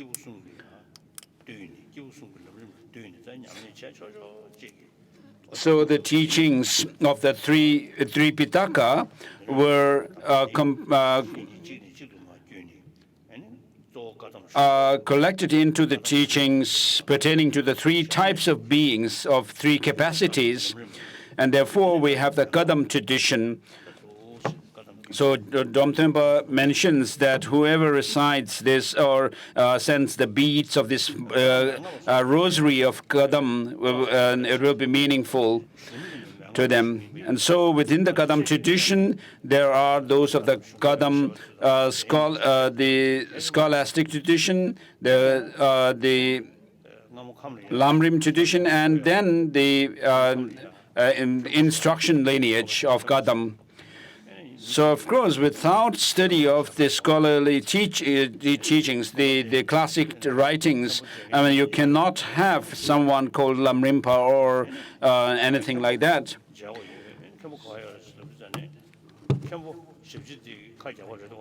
So one time in Kham, a region of Tibet, there was a monastery where some visitors came, and then when one monk who was there in the monastery was asked where the abbot went, the monk who had quite a big mouth perhaps had said the abbot had gone to the town, to the village, to scare the people in the village. So unless you have a good understanding of the whole of the teaching of the Buddha, particularly here that of the true cessation, what it means, as Rinpoche mentions in the Lamrim teaching, where he says, therefore, the Four Noble Truths are the basis of the basic teachings in all the teachings of the Buddha, in the teachings of Mahayana, Hinayana, and so forth. And so this is how you also should lead your disciples, your students, on the basis of the teaching of the Four Noble Truths. So otherwise, the teachings of the Buddha would also be like other traditions, where the other traditions, such as the theistic religions, say that if you don't believe in God, you'll go to hell. It would be similar to that.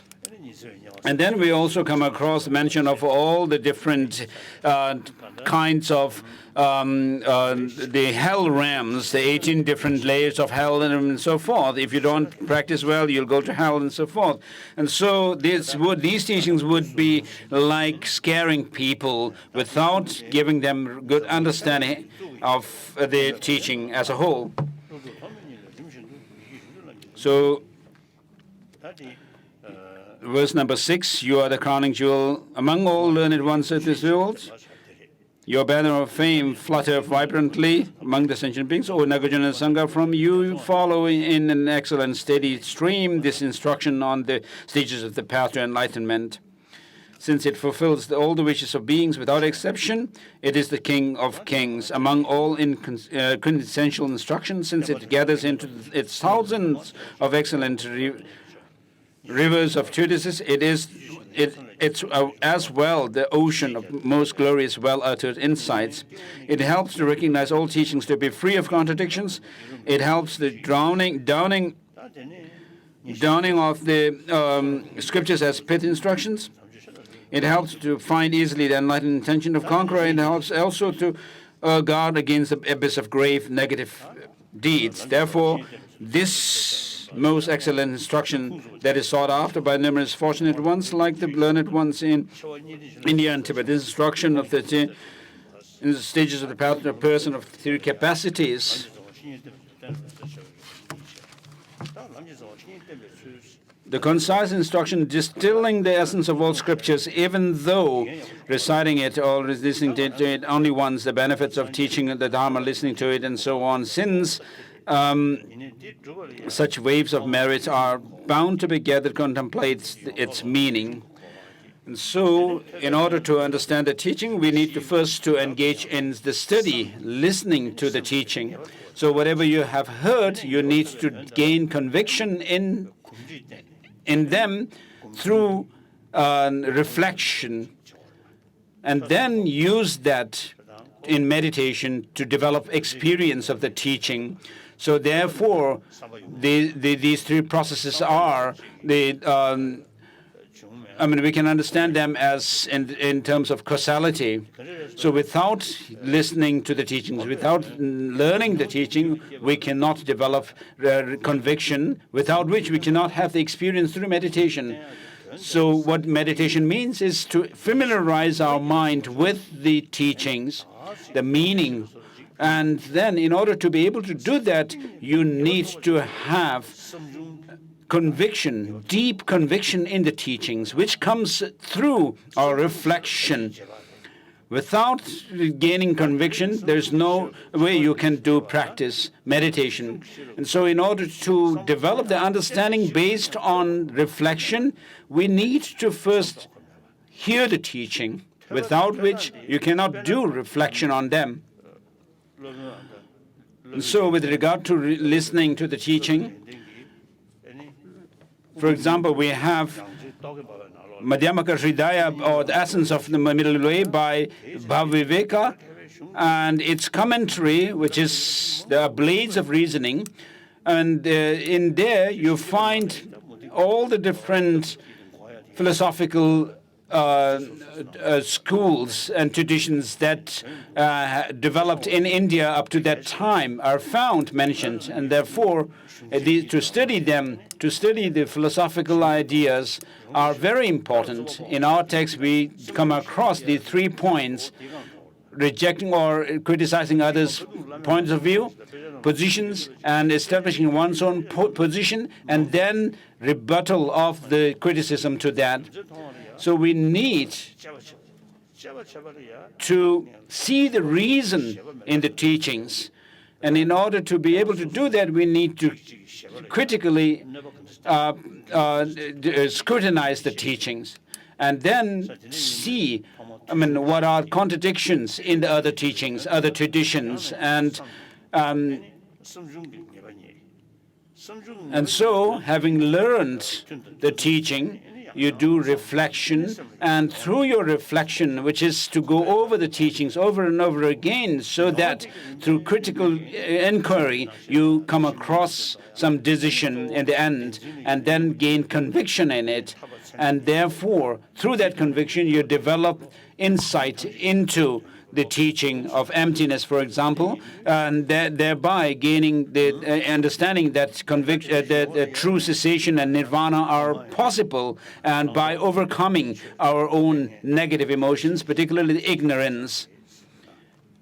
And therefore, in order to listen to the teachings, in order to be able to engage in this three-tiered process, we need a teacher. So not only reading the text, but if you could actually receive the teaching from a teacher, a guru, it really inspires you also. So such a Lama has to have these 10 qualifications, as mentioned in the Sutra Alamkara, such as being peaceful, subdued, and thoroughly pacified, and so forth. And so it's not only enough just to have somebody who can give some teaching to you. So these verse comes from Sutra Alamkara, and it is quoted in the great treatise of the Stages of the Path by Master Tsongkhapa. Before this quote, he actually comes with this comment: if you are not subdued yourself, there's no way you can subdue and help discipline others. And therefore, those who wish to subdue others, tame others, must first tame themselves.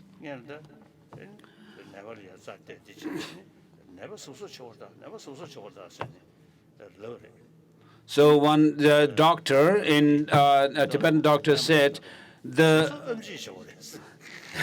and a patient came to him or her, and the doctor said, "Oh, you have to be careful. You are a patient. You have to be careful." And this patient was quite impatient, and he retorted back to the doctor, "You have to be careful."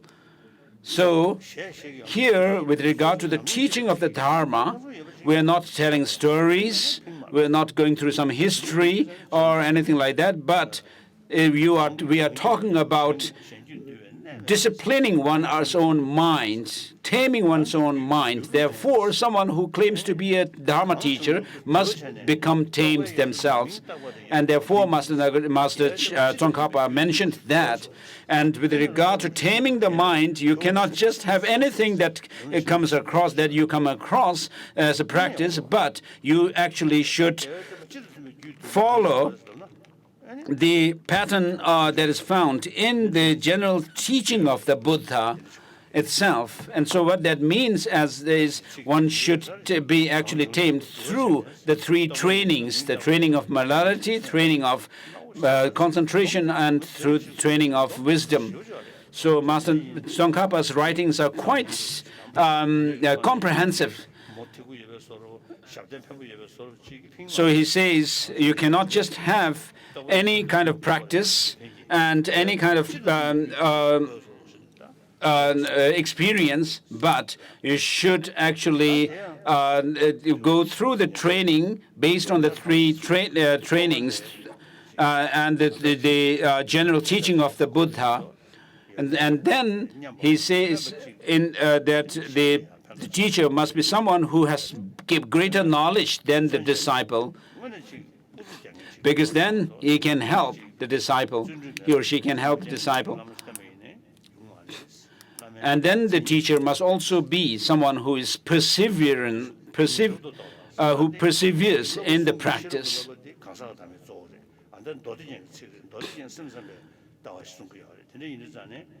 And Sutra Alamkara is a text that belongs to the Chittamatra school of philosophy.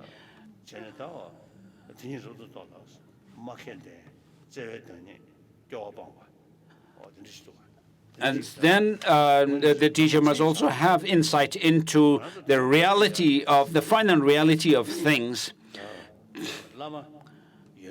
and then must be skillful in teaching, and must not feel fatigued or tired when he gives teachings to others. In Kham region of Tibet, whether a Lama is great or not is measured by the number of horses and animals in the caravan. So if there are many, then the Lama is considered great. But Zapetu Rinpoche didn't have such things, such possessions. And so when many disciples gathered around him in one place, he became a little bit uncomfortable, and then he left the place. And so he came to another place where he sought, where he, the host took him in and gave him the place to stay. And then the host family actually used him as their servant. And then, he was actually sweeping the floor, and then and his disciples followed him in search of him, and he came to this house. And the disciples asked, "Did you see one Lama?" And the family said, "No, we just have found one traveler." And where did that traveler go? And the mother of the house said, he went to throw away to clear my the pot. And then the disciples actually asked, what did the person look like? And the family described him. He had this kind of face, and so and so. And then the disciples came to know that was their Lama, and they said that was our Lama. And then the mother of the house actually felt very embarrassed and ran away. And so Lamas having possessions and measuring the greatness of the Lama on the basis of these kind of possessions has some influence of the feudal system. And so the first Dalai Lama and second Dalai Lama didn't have any such name as the Dalai Lama, but the third Dalai Lama, because he went to Mongolia, he got the title, and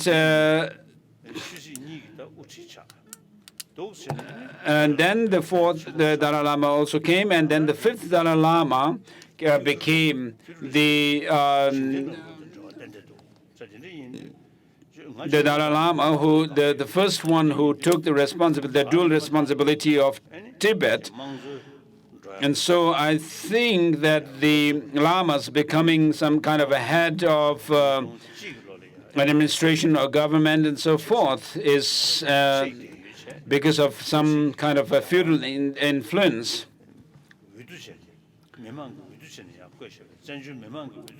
So in 2001, I became semi-retired because we got the elected political leader, and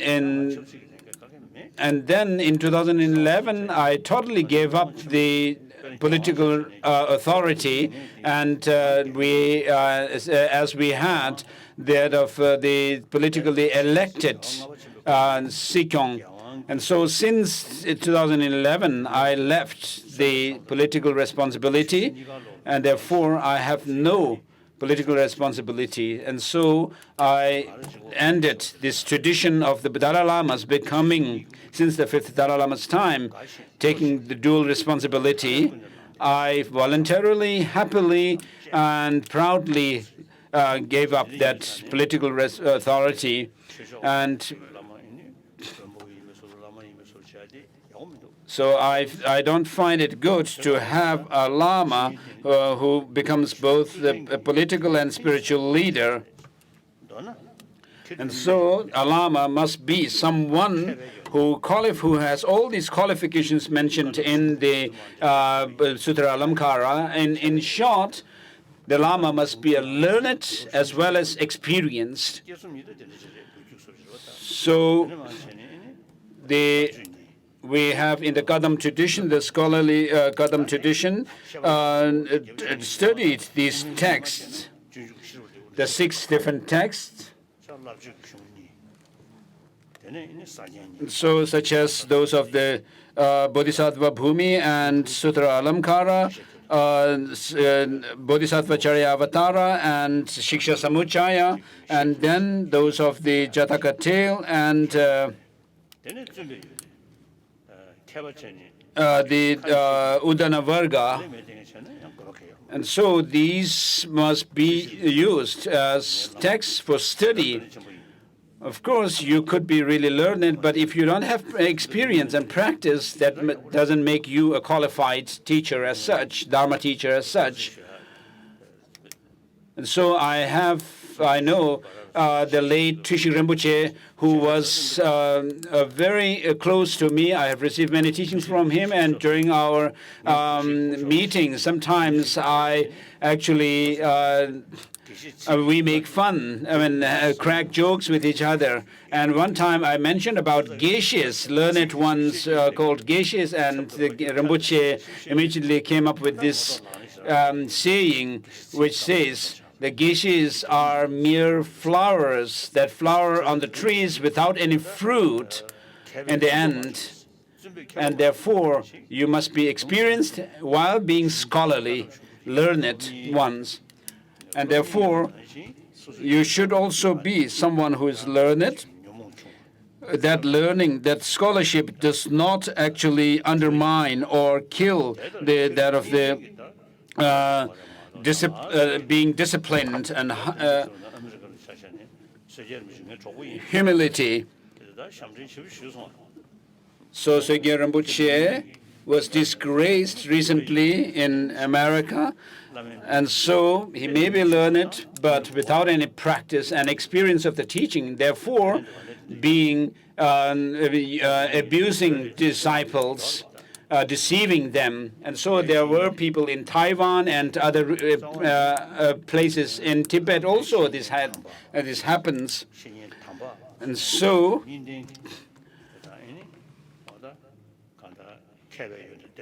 then the root of creating the auspicious conditions for all the excellences of this and future lives is to rely properly with effort, both in the thought and action, upon the sublime spiritual mentor who reveals the path.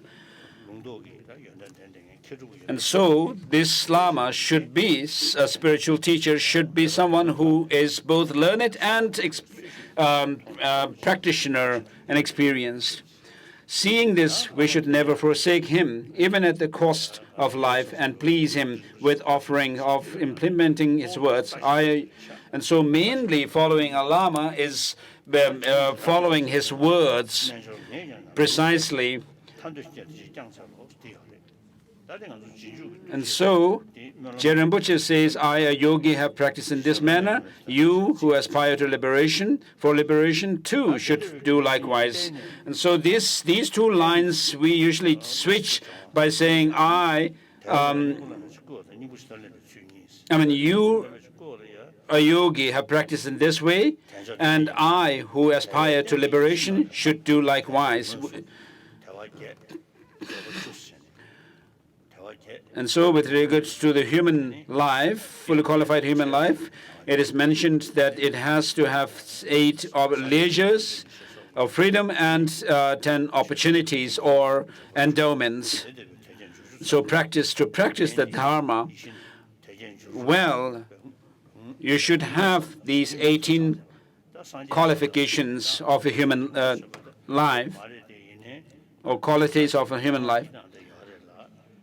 So, of course, the Buddha is not here with us, but his words, his teachings are with us. And then, with regard to the teaching, we have the Vinaya tradition that has come down from the Buddha through his son Rahula and so forth, down to the present. And then we also have the teachings that has come down through the lines of our teachers, although the Buddha himself is not with us.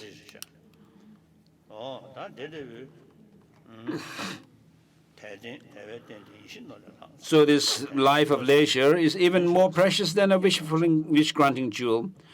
And you should actually reflect that thing, and that this life is very difficult to find, and it is very significant once you have found it. If you look at the animals, of course, there's nothing we can do except make prayers. They don't have such a precious human life.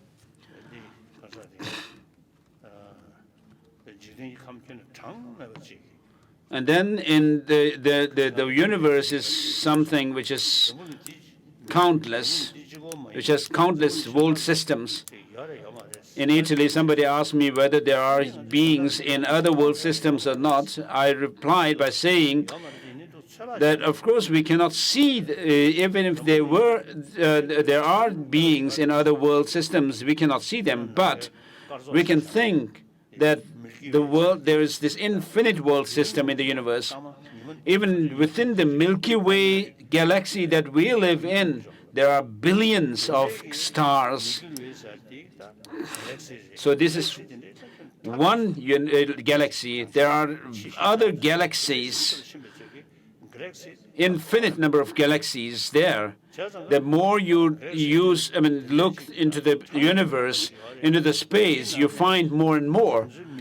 So within this countless, infinite number of galaxies, we cannot say that human beings live only in this galaxy, Milky Way galaxy, and particularly in the solar system, and specifically on this earth.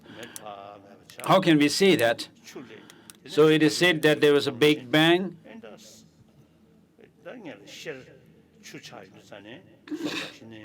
And then later, the water was formed, and then from there the microbes developed, and then slowly the multi-molecular structures, and then organisms formed. And so in this way, human beings also developed on this earth according to evolutionary theory.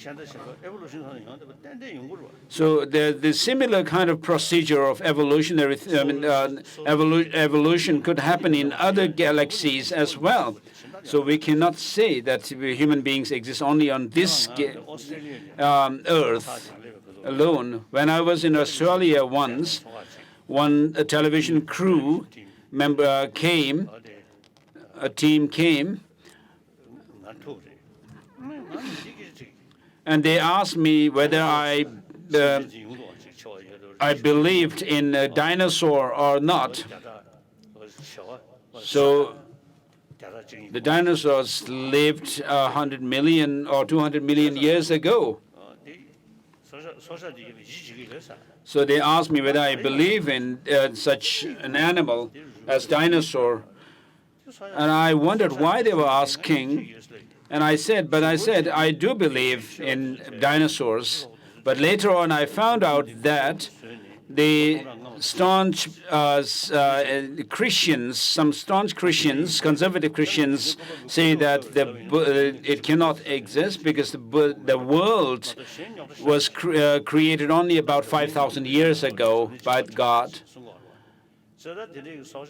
So in our text, there is hundreds of billions of world systems mentioned, but we can only pray for the others.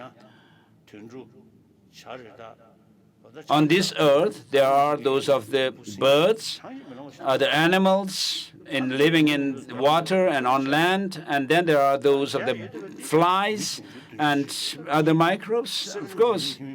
7 billion human beings are the ones. We can do something to help them, although we cannot do much to the animals. We make prayer for the peace, for the happiness of all sentient beings. If we mean by that prayer, what we need to actually think is that we should do something for the 7 billion people. Although this is what I think and what I tell people these days, because 7 billion people on this earth,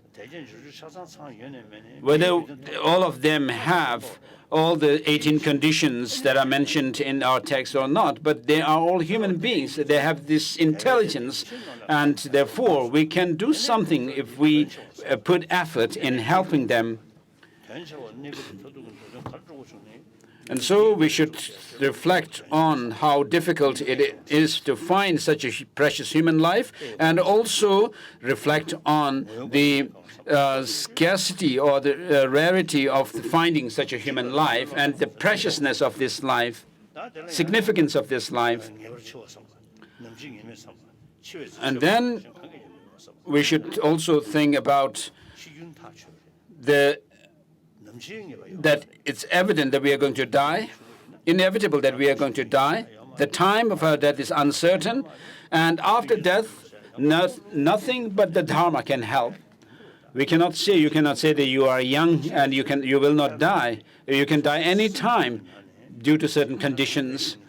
And so, if you have left a good, wholesome imprint in your mind, developed by having a wholesome thought, you should have that imprint. If you have left quite a dense or imprint of the wholesome actions, then of course you can hope. You can have some hope for a good life in the next life. So we as human beings, we have all these negative emotions. And sometimes we consider those who are able to actually show anger and attachment more, they are more successful, but that's not the case. We take these negative emotions as if they are our nature. That's not the case.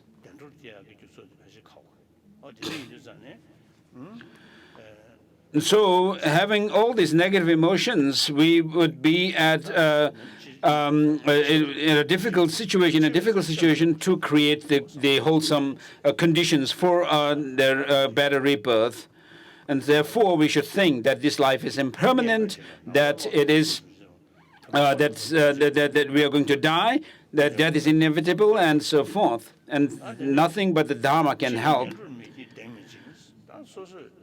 So this life of leisure and more experience and so forth, and like the empty grain husk floating in the winds, and that we must extract the essence of this human existence. There's no certainty that after death we may not be born in lower realms. The protection from such terror lies in the three jewels. So we must make firm the practice of going for refuge and ensure that its precepts are never undermined. And this in turn depends on contemplating well the black and white karmas and their effects, and on the perfect observance of ethical norms. I, a yogi, have practiced in this manner. You who aspire to liberation, should do likewise. So, of course, we do take refuge in the Buddha, Dharma, and Sangha. And taking refuge in the Buddha should not be like taking refuge by other traditions, other religious traditions, theistic traditions, in some kind of a god or higher power. Buddha is not a god. What we need to understand is we should take refuge in the actual refuge is that of the Dharma. And so the Dharma is about making transformation within ourselves by overcoming our negative emotions and avoiding negative karmas, and develop our path, experience within ourselves, which does not come through some blessing. So we cannot say, may through the blessing of the Buddha I become enlightened. This cannot happen. The Buddha appeared over 2,500 years ago. But if the Buddha's blessing could liberate us, the blessing is already there since over 2,500 years. This does not happen.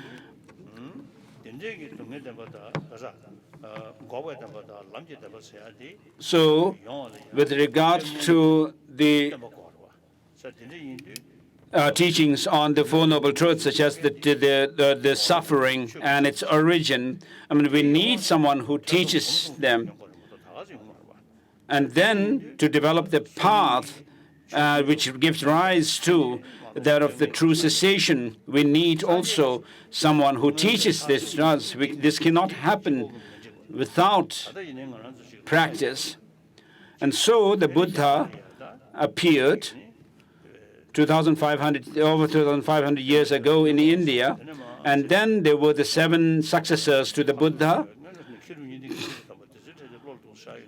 and then those of the great masters of India and also Tibet. So when we see these, when we think about those masters of the past, we feel inspired to practice their path.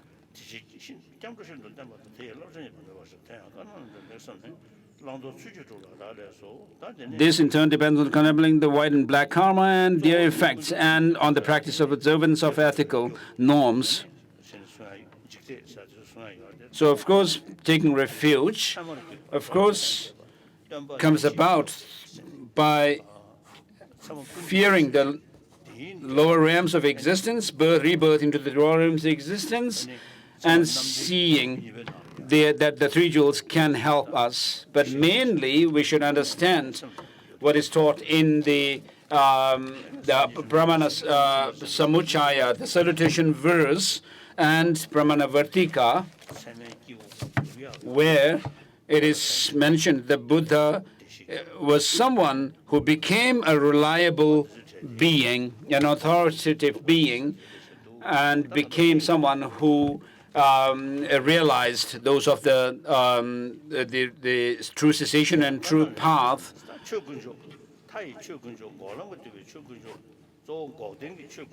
So, in order to realize those of the true cessation and true path within ourselves, we need to start from now by avoiding those of the negative things, negative actions and thoughts that we can now at this stage. So the teaching of the Buddha is mainly for those overcoming the negative emotions. So the teachings pertaining to the beings of small scope are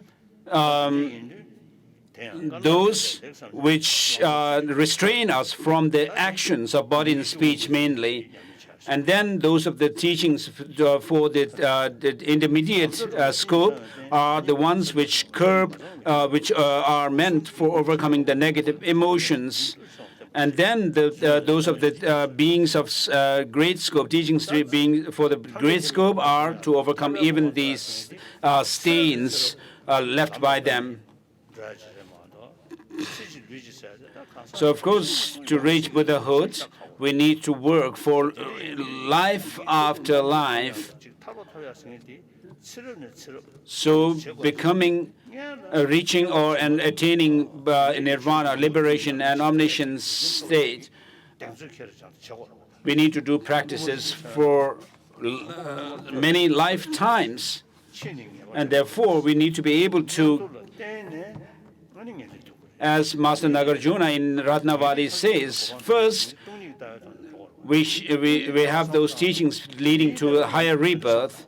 And so higher rebirth means, with regard to the human life, that of a life where you have this human intelligence. Because we need to think about emptiness in order to reach that of the nirvana or liberation. And therefore, in order to reach liberation, we also need to attain a higher rebirth, like a human rebirth like this, with intelligence. And therefore, we need to avoid the 10 unwholesome actions, 3 of mind, 4 of speech, and then 3 of body. Sorry. So the 3 of body, the unwholesome actions, such as taking life, stealing, and sexual misconducts.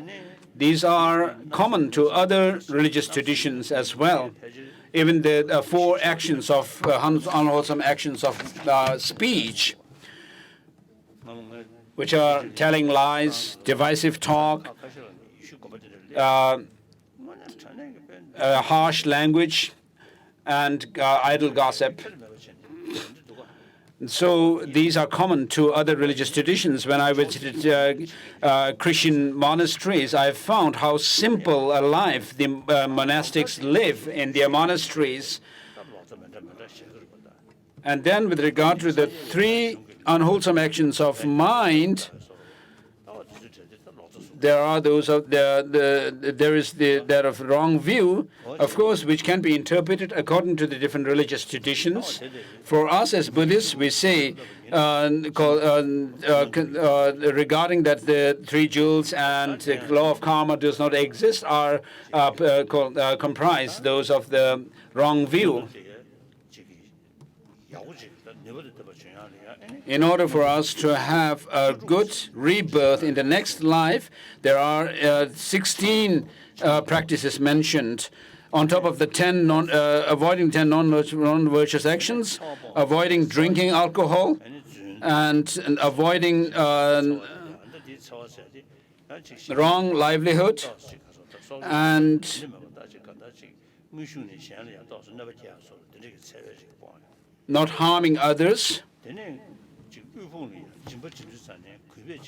either directly or indirectly. And then when you give alms to beggars, you should give them respectfully. And then also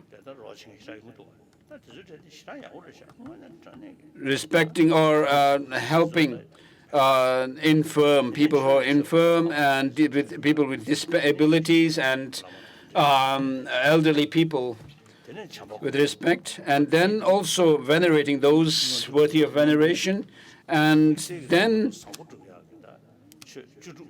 their compassion or loving kindness. So these are make up 16 on top of the 10 avoiding 10 non-virtuous actions.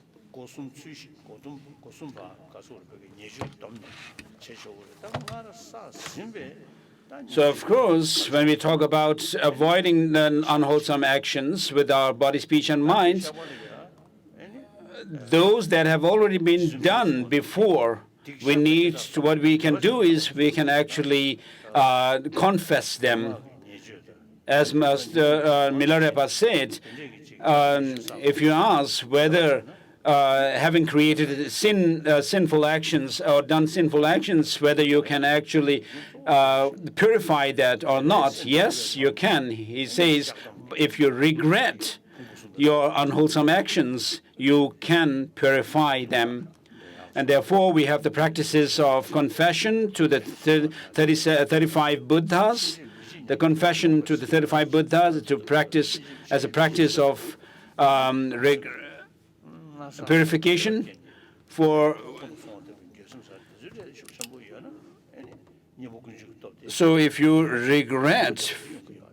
strongly regret the non-virtuous actions that you have done, and also you have this determination not to repeat them, and then also following the four opponent powers, such as taking refuge and generating bodhichitta and so forth, also come under the four opponent powers. And then next, so this is up to verse number 16, we have the teachings pertaining to the beings of small scope, and from 17, now comes the teachings pertaining to the beings of intermediate scope. And so until we have attained the most qualified form to pursue,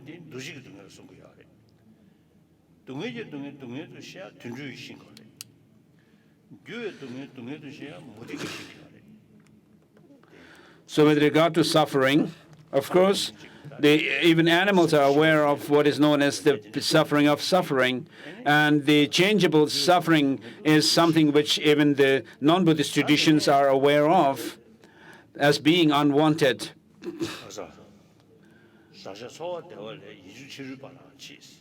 So the wish to be overcome, to be free from the contaminated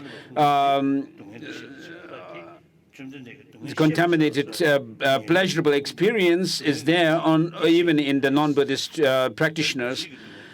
And therefore, what we are talking about as suffering is the suffering which is the deeper suffering, the conditioned, pervasive conditioning, existential suffering.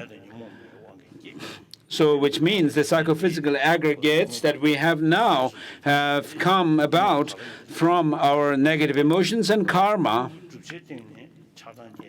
So, contaminated karma. And therefore, these very psychophysical aggregates themselves are the basis of suffering for us.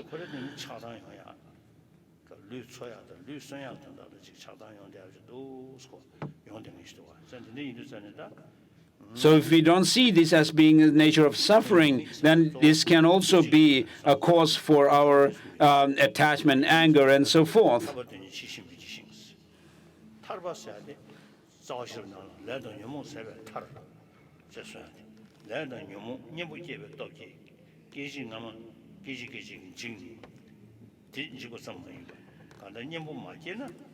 So liberation is that stage where you have overcome through the application of antidote, the stage where you have the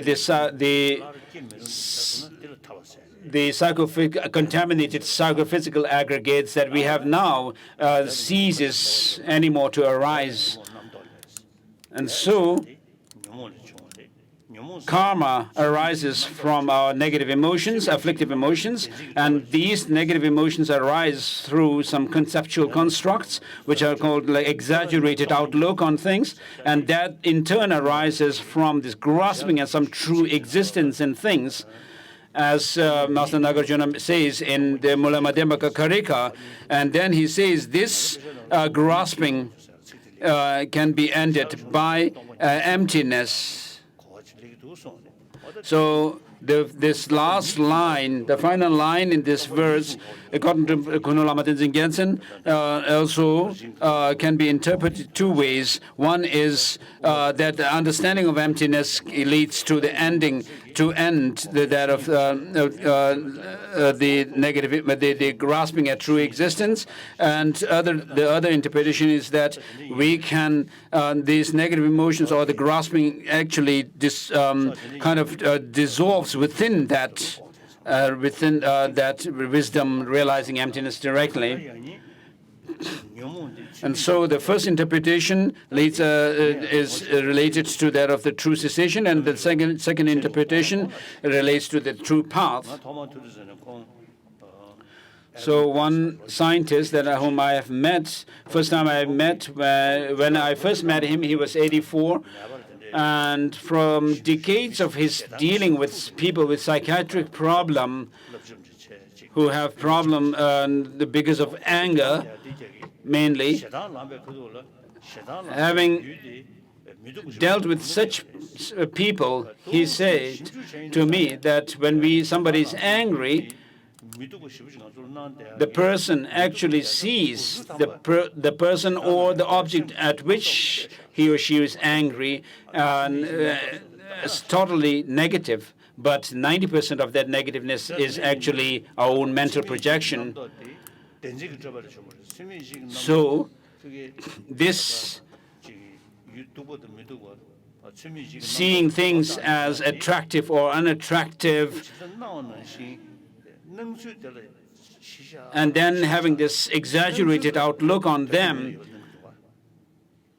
arises because we they appear to have some kind of an objective existence.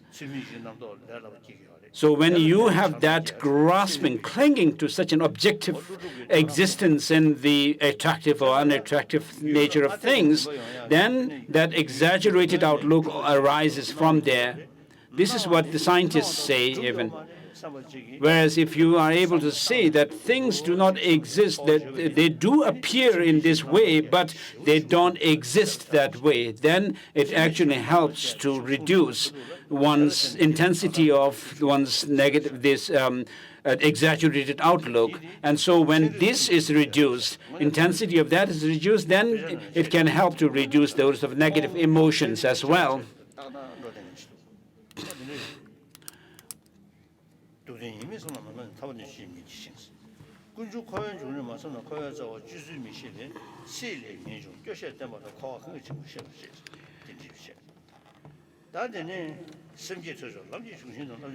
So verse number 19.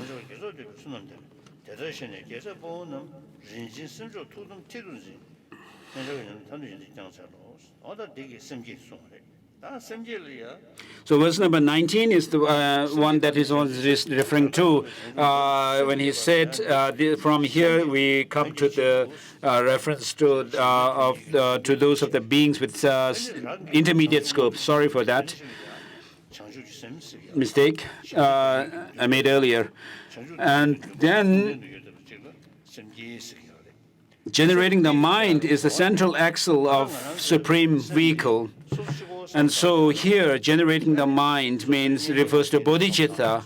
And so when you cultivate bodhicitta, you do not think of yourself alone, but you are actually thinking of all sentient beings.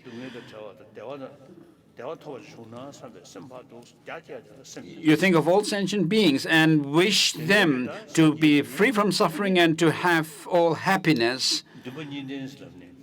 And this is actually complemented by two aspirations, which is one is that of the aspiration to help others, aspiration, and the second is this aspiration to reach Buddhahood. So the aspiration to Buddhahood must come through understanding the true nature of things. That means it must be complemented by wisdom. And so in order to reach Buddhahood, which is or enlightenment, which comes about through the purification of negativities and also becoming fully aware of everything.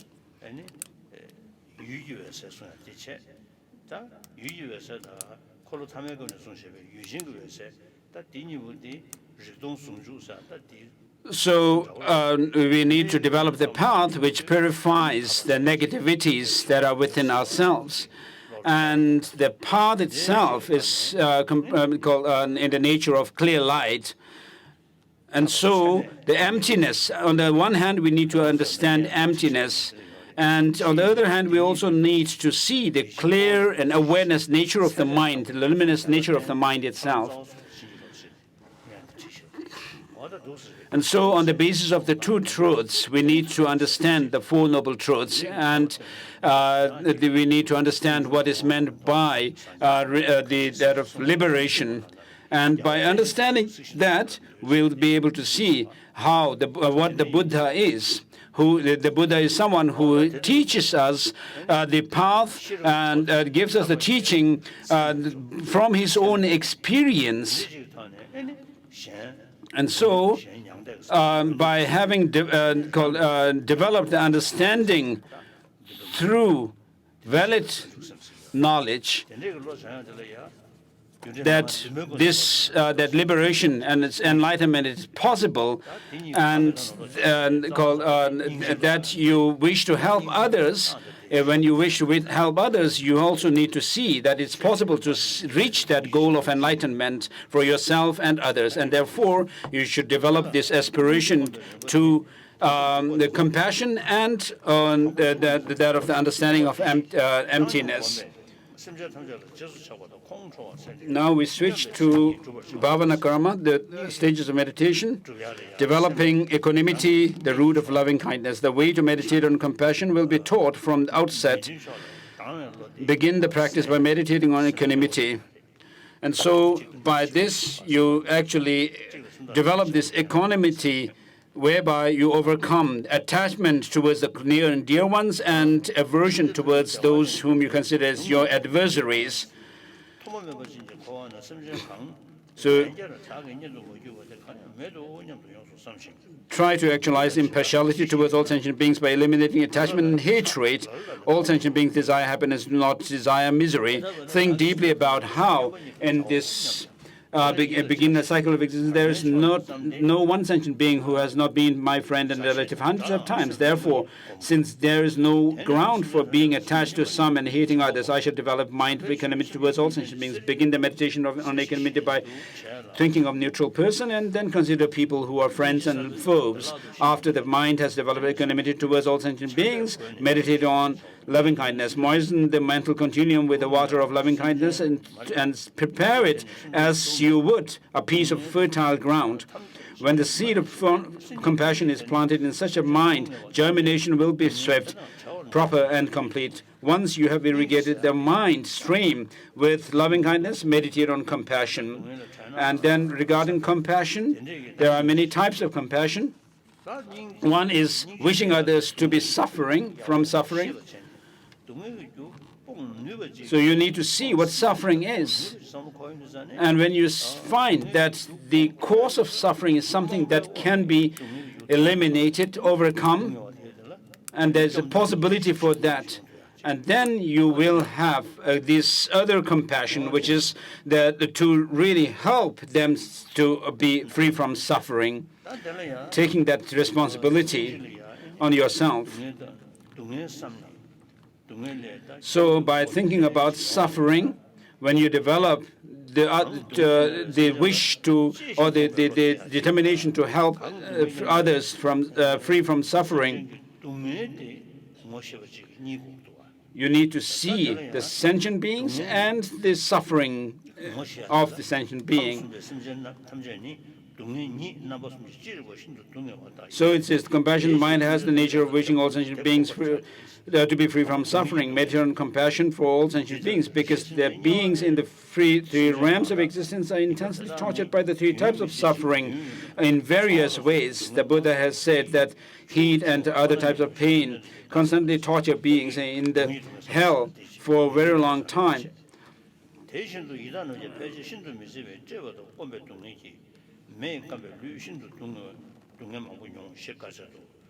So there is the suffering of sentient beings, such as those of the hungry ghosts, and then the suffering of animals, and then human beings, suffering of human beings. We can see that human beings too experience various acute kinds of pain. So we can see this on this earth, 7 billion people, because they lack the sense of caring for others. I mean, there is huge gap between rich and poor. So in the past, China, for example, used to be a socialist country, but today there is huge gap between the rich and the poor because of lack of caring of others, seeing that all human beings are equal. So if you have this sense of equality amongst all sentient beings, then you will be able to have a true socialist society.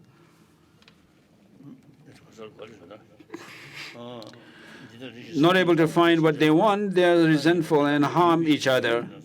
They suffer the pain of losing the beautiful things they want and confronting the ugly things they do not want, as well as the pain of poverty.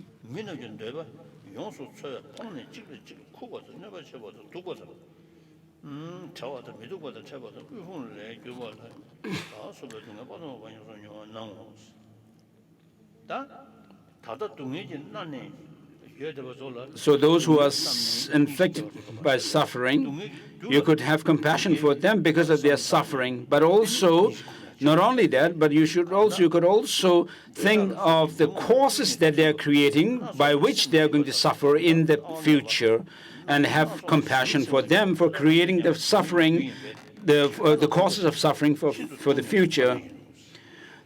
Now, there are those whose minds are bound by various fetters of disturbing emotions like craving, desire. Others are in turmoil with different types of wrong views. These are all causes of misery. Therefore, they are always painful, like being on a precipice.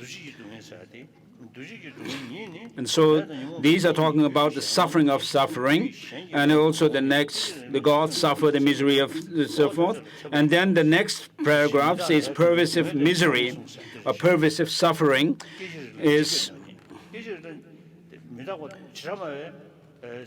So each moment, it says, it has the nature and characteristic of momentary disintegration and pervades all wandering beings. So Vaibhashikas talk about, when they talk about impermanence, they say there is an arisal, moment of arisal, abiding, and then this disintegration, and then finally, they got decaying, and then disintegration. Whereas Sotantikas say that whatever comes into being, the very cause which has given rise to it is the cause for its destruction or disintegration. And therefore, it says that the psychophysical aggregates are subject to the disintegration due to their causes and conditions. And because of that disintegration, the nature of being disintegrated, therefore, we can see this life that has come about through our karma and delusions is in the nature of suffering. So which has this psychophysical aggregates that we have are the results of a karma and delusion, which are momentary objects as well. Therefore, see all wandering beings are immersed in great fire of misery. Think that they are all like you in not desiring misery at all. Alas, all my beloved sentient beings are in such pain. What can I do to set them free and make their suffering your own? Whether you are engaged in one-pointed meditation or pursuing your ordinary activities. So we are talking about here dealing with those of the practices that you do during the meditation session and practices during the post-meditation session. And so we usually do some purification practices, and such as making prostration and so forth. And then you sit down and do the actual practice. And whatever concentration you have developed during the meditation session, you should not lose the intensity or the influence of it, even during the post-meditation session. And so meditate on pursuing ordinary, meditate on compassion at all times, focusing on all sentient beings and wishing that they all be free from suffering. Begin by meditating on friends and relatives. Recognize how they experience their various sufferings that have been explained. And then, having seen all sentient beings as equal with no difference between them, you should meditate on beings to whom you are indifferent. When the compassion you feel towards them is the same as the compassion you feel towards sentient friends and relatives, meditate on compassion for all sentient beings throughout the 10 directions of the universe. So it is powerful what is said in the Bodhisattva Charya Avatara is quite powerful. You should see all sentient beings as being equal in wanting happiness, not wanting suffering, and therefore develop equanimity, and then also then develop that of loving kindness and compassion towards all sentient beings. And then you see the faults of those of the self-centered attitude. And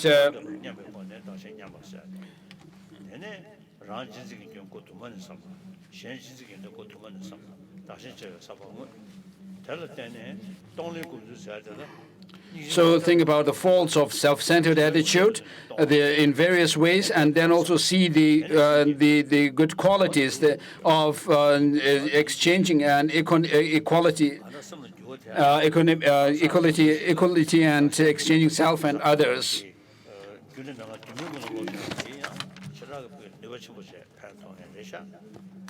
So, of course, for some beings, it's powerful to develop bodhicitta through the sevenfold cause and effect system instruction, and for others, it's more powerful to follow that of the practice which is called equaling, exchanging self and others.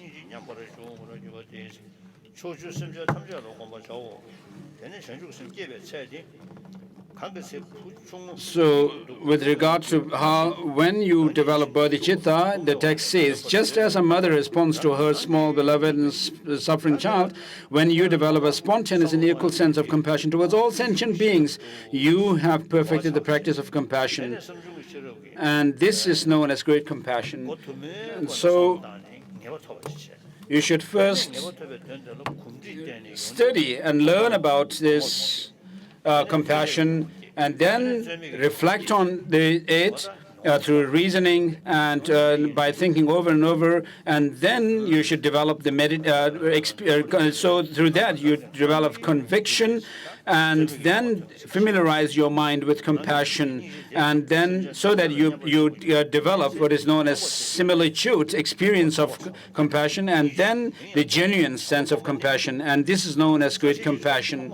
Meditate on loving kindness begins with friends and people you are fond of. It has the nature of wishing that they meet with happiness. Gradually extend the meditation to include strangers and even your enemies. Habituating yourself to compassion, you'll gradually generate a spontaneous wish to liberate all sentient beings. Therefore, having familiarized yourself with compassion as the basis, meditate on the awakening mind of bodhicitta. So bodhicitta is of two types, conventional and ultimate. Conventional bodhicitta is the cultivation of the initial thought that aspires to attain unsurpassable and perfect consummated Buddhahood in order to benefit all wandering sentient beings after having taken the vow out of compassion to release all of them from suffering. That conventional bodhicitta should be cultivated in a process similar to that described in the chapter on moral ethics in the Bodhisattva Bhumi. Generating this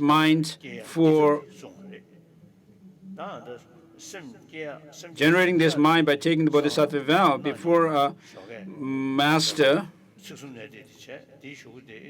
who abides by the Bodhisattva precepts. So day after tomorrow we'll do the Bodhisattva ceremony for cultivating bodhicitta, and also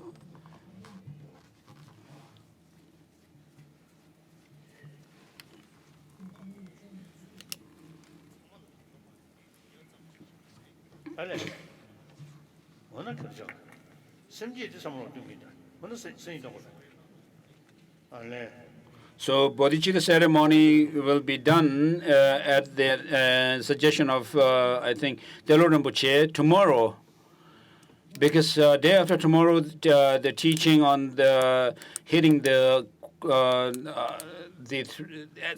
essence through three words will be only for a few people. So are you not tired?